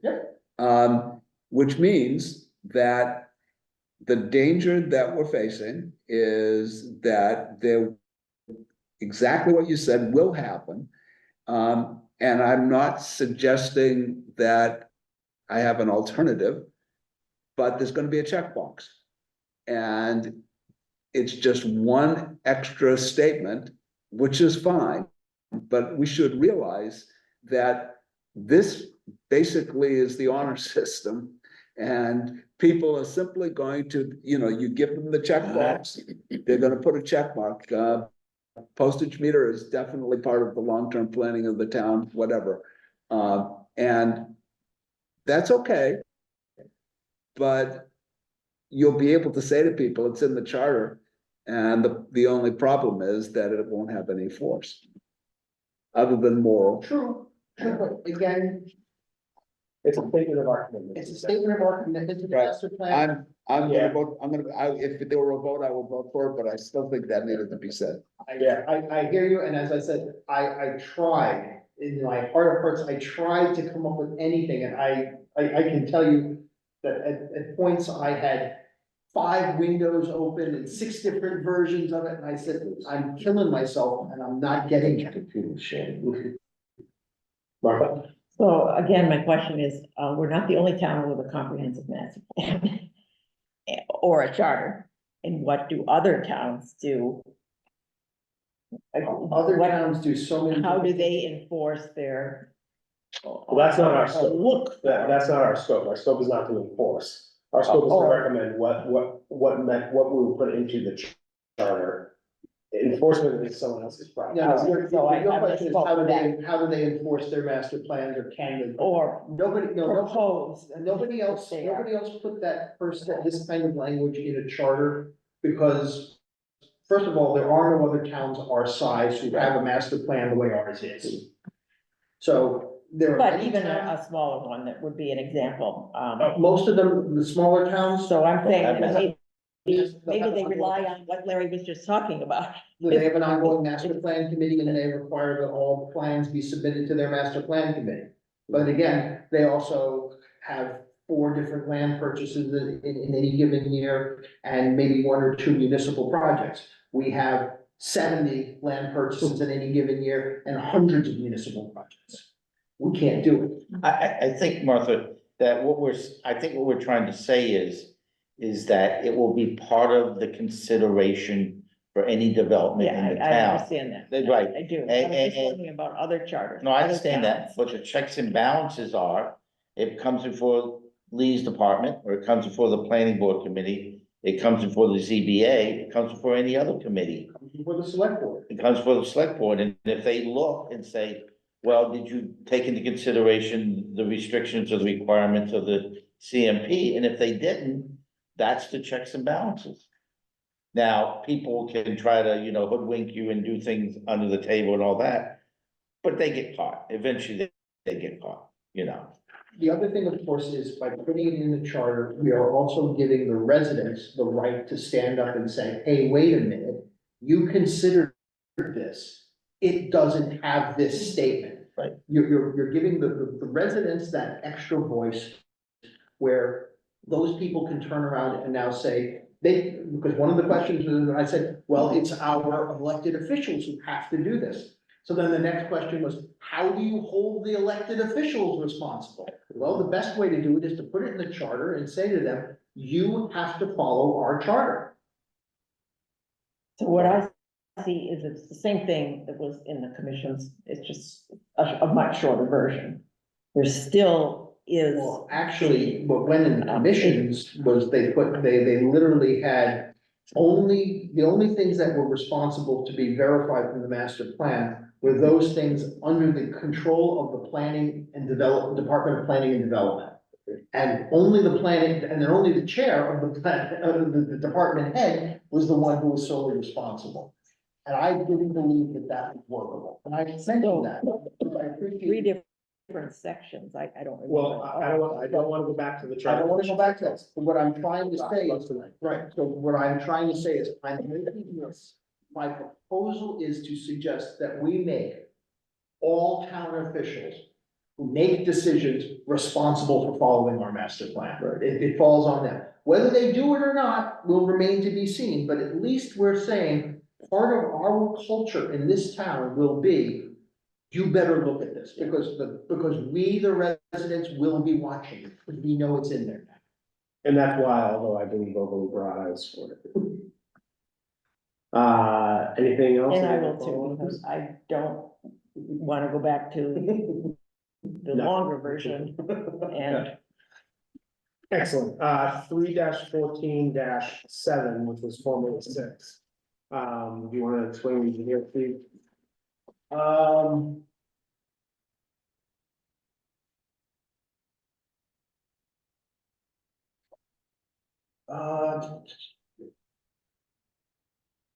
Again, this is just sort of one of the things that we said was that the planning board can call in anybody to go ahead, and if they're doing something, we can call them in to ask them to explain. I wanted to be a little bit, this was really, I didn't change the substance of it, I really just wanted to clarify what we were doing and what the purpose was. So now, read at the request of the planning board, any town board or agency undertaking significant action which may impact the physical, environmental, community, or economic development of the town shall report the status of such action to the planning board so that it may evaluate such action and address it in the planning board's recommendations to representative town meeting. And that's basically to say, listen, if you're undertaking significant stuff and we're supposed to be reporting to town meeting as to what's going on, we'd like to be able to call you in to give us an update so we can update represent, to make sure that, again, as part of our planning function, we're paying attention to what's going on and we're reporting. So this is just a cleaned up version of saying that if another board or agency in town is taking action that impacts planning, and the planning board wants to hear about it, they will. Right, and the reason being, again, consistent with what we vote, was already there, is because not everybody reports to town meeting, but planning does. Excellent. Any follow-up questions? There's no ZBA, there's no. Open space doesn't necessarily. They do, but I still agree with what you said. Excellent. 3-14-8, which was formerly 7, you didn't change anything except for capitalizing charter? Nope. And then do you want to talk about what you're proposing here? Sure, so the last two they refer to the open space and LULAC. And we discussed it at our last meeting, and I think came to a general consensus that we thought, A, there should be a separate section in our charter that literally addresses committees, especially those created. if for no other reason, again, Mr. Hutchinson's voice in my ear, that when somebody opens up our charter and looks at our table of contents and says, I want to know what the Open Space Committee does, they don't have to go digging through and figuring out under which board or body is this. There's going to be a section there that says chartered committees and boards, and they'll know where to go. That was part of it. And when we start discussing these committees and boards, I started looking at who was doing all this appointing and how many different appointing people we have. And I had a question, and this is a philosophical question for the group, which is, why do we have appointed people appointing appointed people? Why are committees, especially committees that make binding decisions, but certainly even advisory, why do we have one appointed person then appointing another appointed person? Shouldn't we be doing what we've always said, which is the people who are making these appointments should be elected by the town so that the residents have a voice? One of the challenges you always face is, and I look at, for example, so the Open Space Committee is wonderful. They should be in here. They're a charter committee, and they should be a charter committee, and we need to keep them there. But should the Open Space Committee be making appointments to other committees in town? Because that literally creates nothing more than a double appointment. So the select board or the planning board, or whoever appoints that person, then they appoint somebody else. It's a double appointment. Whereas if you turn around and said, listen, the Open Space Committee is X number of people, and they're gonna be appointed by elected bodies. And that's fine. And again, it doesn't have to be, I happen to like the model that we created of this appointments committee. And I know Mr. Costello, you had said that you thought, gee, this would be a great model to have to appoint a lot of committees in town. And I agree. Whether we feel that that's the case for these committees or others, we can certainly discuss that. But I like the idea of saying, listen, we have elected bodies in this town, elected bodies should appoint these definitive committees. These committees can always create subcommittees of themselves to do what they need to do, and that's fine. But they shouldn't be creating other chartered committees. That's where our elected officials come in. And I keep going back to how do the residents hold us responsible? And the answer is, if I don't like who you're appointing, I'm gonna stand up and tell you, and if you don't listen to me, I'm not gonna vote for you next time, or I'm gonna make that an issue. And you can't do that with an appointed person. We have a lot of gripes about who gets appointed in town and why. And we've had people who have literally lost their elected positions because they didn't like who was being appointed to certain important bodies. And that's okay. That's what should happen. But if you have appointed bodies appointed by appointed people, there's no answer to that. How do you get to that appointed person? How do I get to that intermediate person? There's no way. So now it's, wait a minute, because now I go to the elected official. Well, you appointed these members of this appointed committee, and they then appointed this person. I don't like who they appointed. I didn't appoint them. They did. Well, you appointed that person, but I have no way of controlling that. It just comes down to a measure of, and this is something for discussion. It's not something that I had an answer to necessarily, but I thought, okay, when we look at these very important committees, like the Open Space Committee, like LUAC, like the Board of Health, like these very important, like the ZBA even, if we want to get to that. And the ZBA may be a different animal because of the statute, but we should be looking very carefully at who's doing the appointing. Because these are important committees that are making important decisions or even important recommendations. And you want to basically turn around and have the residents have confidence. And I just, again, this was my head spinning and listening to my head going, transparency, accountability, how do we create the best version of that? The best version of that is to say, okay, these are the people who you know are going to be doing the appointing. And when you elect these people, if you have a particular passion, you go to them and you say, okay, if I elect you, what are your criteria for this committee, for these appointments? That's something that's important to start out. We don't ask that. It's not a question that was asked of any candidate that I can think of in the last X number of elections. No one turned around and said, if I elect you, you're sitting up there at the League of Women Voters Forum, the question never came up. What are your criteria? And I think maybe this may be added as a question now. Take notes. What are your criteria for appointing, and you can make it general, for appointing people to committees? Because the residents should know, because so much of our work goes through these committees. It's not just saying, oh, I'm appointing this, it's now, okay, you're appointing these people who are going to be making decisions. I'm not just questioning your criteria, your qualifications, now I'm questioning what criteria and qualifications you are going to be holding. Advisory and finance, so we have two A&M members here again, and we talked about this at length, the fact that there was never a question asked of anybody about what your criteria are, what your qualifications are. That's something the residents should be asking when someone, okay, you want to be a member of our appointing authority for our single most important committee in town. What are your criteria for that? What are the qualifications you need to see? That's something the residents should be asking. They should be getting that. Honestly, anyone running for office should be offering that, but if they're not, they should be questioned on it.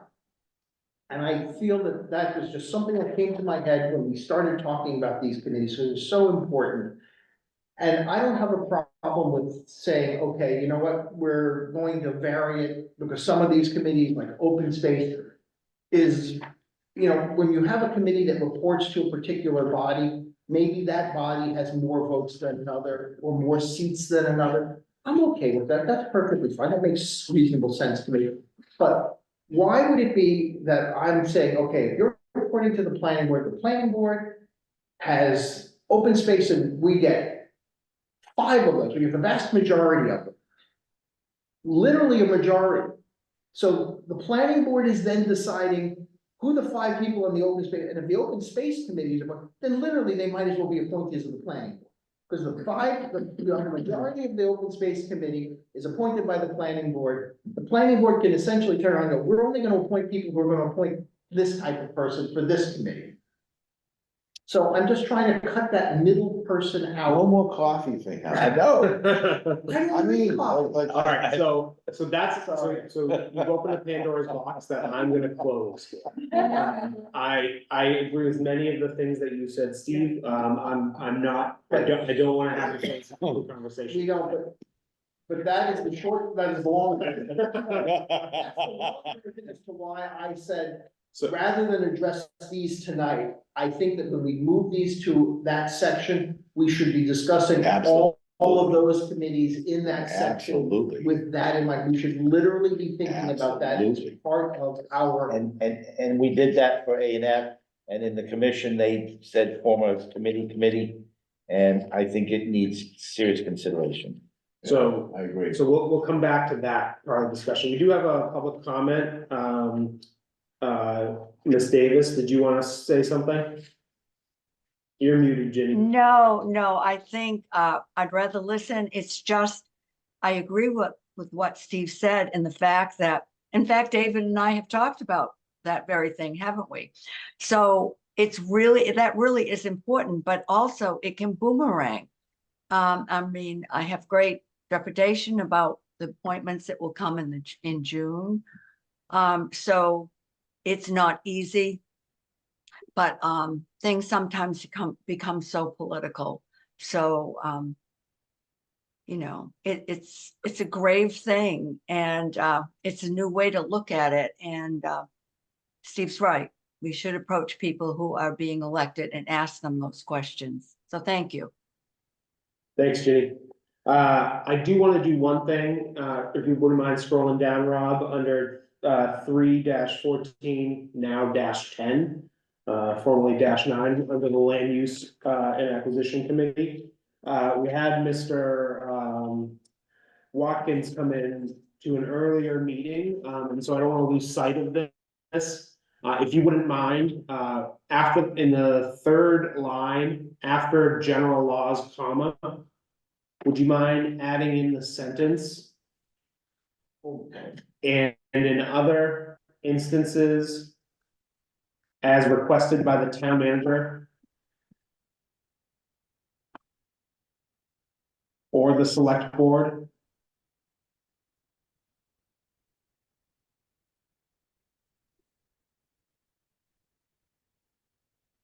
You just say or select board? yep, and then comma.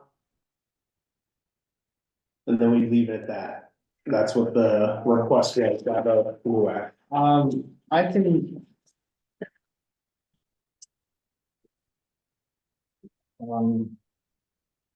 I had met with Mr. I had met with Mr. Watkins and he had come up with a revised version. Okay, all right, well, actually, then just delete what I just requested And I'll submit that. to when we come back to this. Sorry, Rob, if you could just delete all that again. I just don't want to lose sight of that, because I know he put a lot of No, thought into. he did, and we actually met and went through and he was going back to his committee with the language and I was going to put it forward as soon as I got word from him that his committee had considered it and I have not heard back, so it's worth following up with him on that. Okay. All right, so we've come to consensus. Go ahead, Martha. Along the same lines, did we ask somebody to come in for the open space committee? Yeah, they're gonna come in, both, not land use, but, open space. I reached out to open space, ZBA and Concom. I know that, and building. I know that building is coming, building committee. And I know that Concom is gonna try to come to our next meeting. We'll see who else is able to come. All right, so I think what I'd like to do, so we've reached consensus on this after much debate. I think what I'd like to do is, to entertain a proposal, or excuse me, entertain a motion to update section 14 of chapter 3 as proposed and amended tonight. Is there such a motion? So moved. Mr. Bulletin makes Second. the motion and Mr. Lawler seconds the motion. Is there any further debate or discussion on the matter? I just, We'll lend the matter. okay, thank you. Can we get the edited? Get this document as we edited it tonight? Can you send that out to us again? Yeah, we can get this out to folks. Either put it in the minutes. Yeah, Okay, it'll definitely be as part of the minutes. the actual document, not the. I respect this body very much and I'm planning to vote no. Because I'm really still not satisfied and it might be possible if Mr. Bolton so chose. To consider that one section that is difficult. And I'd be delighted to change my vote at that time.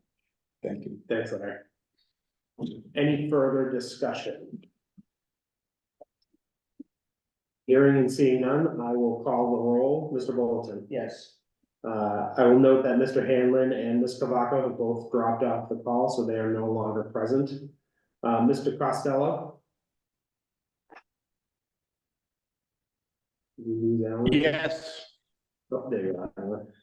All right, Mr. Hutchinson is not present. Mr. Lawler, Yes. Mr. Levin, Yes. Mr. Pizer, No. Ms. Votrain, Yes. Mr. Zuparoli, No. and I vote yes. The motion passes with 6 in favor and 2 against. Excellent. I'm gonna move, it is 8:08 PM. Typically we start talking about adjourning at this point, but I would like to first move on to section 3-4. I've talked before about some of the restrictions on the work that we can do. Because this is the appointment section for the town manager. We're not permitted to make changes to the composition, term of office or selection method for the town manager. So in 3-4-1, we wouldn't be able to do anything. In 3-4-2, we wouldn't be able to do anything because it's related to, the appointment. In this case, it's the removal, but, in 3-4, let me get back up here, let me pull up my charter. In 3-4-3. Again, discharge, so it's selection. And then in 3-4-4 talks about qualifications, which I think one could argue is composition. So I don't believe that we can make any substantive changes to section 4 of chapter 3. But I'm happy to be arguing against. Martha? We now have an assistant town manager. And that isn't in here. It doesn't need to be. Oh, really? That's the appointment authority of the town manager. Oh, Yeah, if you look in 342A, So- it talks about, This is about because the town manager is an element of our form of government. So we are a town manager, representative town meeting, select board form of government. yeah, I understand that part. But I didn't know that we don't have to have anything in our charter related to assistant town manager. Yeah. So it would be in the town manager duties that he appoints, like someplace in here it says. It's the Town organization. manager appoints the town clerk. Yeah, it's the So it would be organization. the same thing. Yeah, it's the organization component, And, what about the part that is, related to if there isn't a town manager, for whatever reason, he's unable to serve? And it says here that an acting town manager or a temporary town manager would be appointed by the select board. Yeah, I don't think, I'm of the opinion that we can't change that. Okay. Because then maybe they wouldn't appoint the It's appointment authority, so we can't really assistant town change. manager. I mean, they could appoint the assistant town manager as the town manager, So but we can't, that- we can't take that authority away from the select board. It has to rest with them. so what's, we were given this as part of our package. What's the purpose of this? Because it seems to be, it doesn't have it. Oh, it's is not that the one from me? Martha, you and Steve. Yeah. Oh, I'm sorry, okay. I Yeah. didn't read the very top line, my apologies. Yeah, I think we So- have to leave it as is in the charter, in the existing charter. So just disregard that. So 3-4. Yes. Excellent. If there any, see no further discussion on that. Are folks of the appetite to go on to section 5? Section 5 is 1, 2. About 3 pages worth of text. It covers the powers and duties of the town manager. I posit that this is what establishes our town manager as a strong town manager. So I'm not of the mind of changing much, if any, of this. In other words, leave it in. I would leave this as is. And Martha?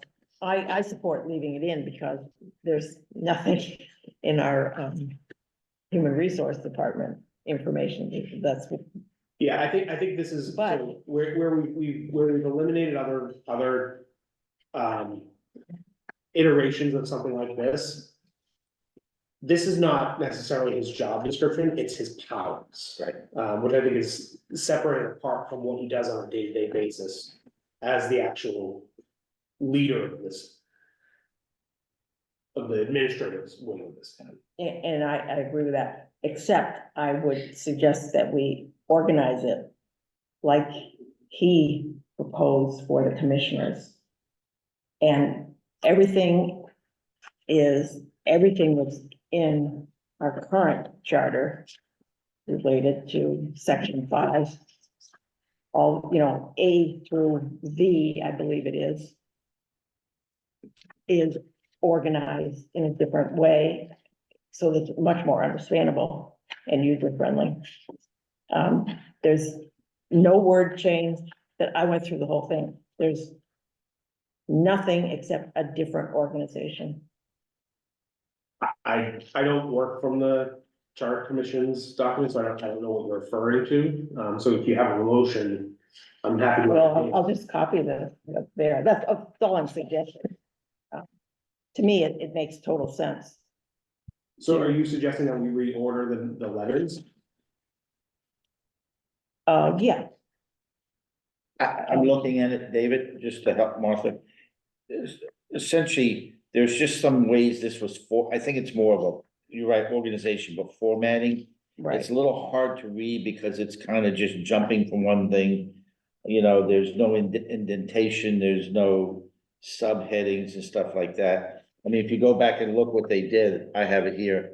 I mean, you know, you could, I think when we get to the end and we do all the renumbering and do the sections, I mean, here it is right here. You see what they did? They did things like this and they did things like That was this. the town They manager created, I said, so they suggested they created like, reorganized. That's the I think- only thing they did. I think when we get to when we've done all the work and we start doing the structure of the charter from a formatting standpoint, these are the kinds of things I think that might be helpful to make it a little bit easier to read. I see. And I think that, I don't have a problem with that because I'm not gonna read the whole damn thing, but it looks like that's all they did. There's just a lot of, I wasn't either, but I did. right, this afternoon. there's just, you know, this is something that was written a long time ago and the way we do things Yeah. with word processors and stuff makes it easier to do that. I think there's 4 organizing sections Right. and everything is, so I'll take a look at that and I will bring it for a vote at the next meeting. Sounds good. Good? Yeah. Excellent. Well, then that brings us through all of our discussion items for the night. Do we have any new business? I have something to bring up. Go ahead, Lynn. On the bottom of our agenda for tonight. Yep. Those dates are wrong. They're all 5-day. It's not April, it can be April 15th. That's a Monday. And if they're now meeting on. Let's go Oh, to, Dave, you messed up on that. Come on, we're all human. Len, you caught him? That's me, that's me. I take full blame. Michelle, I'll bring him in and I'll hold his hands behind his back so you can smack him. Settle down over there. All right, so where it says April 15th, that's actually the 16th. Where it says the 22nd, that would be the 23rd. And where it says the 29th, that would be the 30th. And notice that we're not even meeting on the 9th because of that meeting, I would assume. We're not meeting on the 9th, because, our, esteemed, support staff is on a much deserved vacation and, I need her here in order to function, so, we're gonna celebrate Michelle's vacation by not being together. Martha, I misspoke when I was speaking before. I forgot, there is one extra addition in the commission's wing, if you look at it that way, about the responsibility that town manager has regarding communications. And if, I mean, I know we haven't discussed that as to where and, or if and where it might be in our charter. But that was the only added. yeah, I'll take it. Thank you. Mr. Chairman, Yes, sir.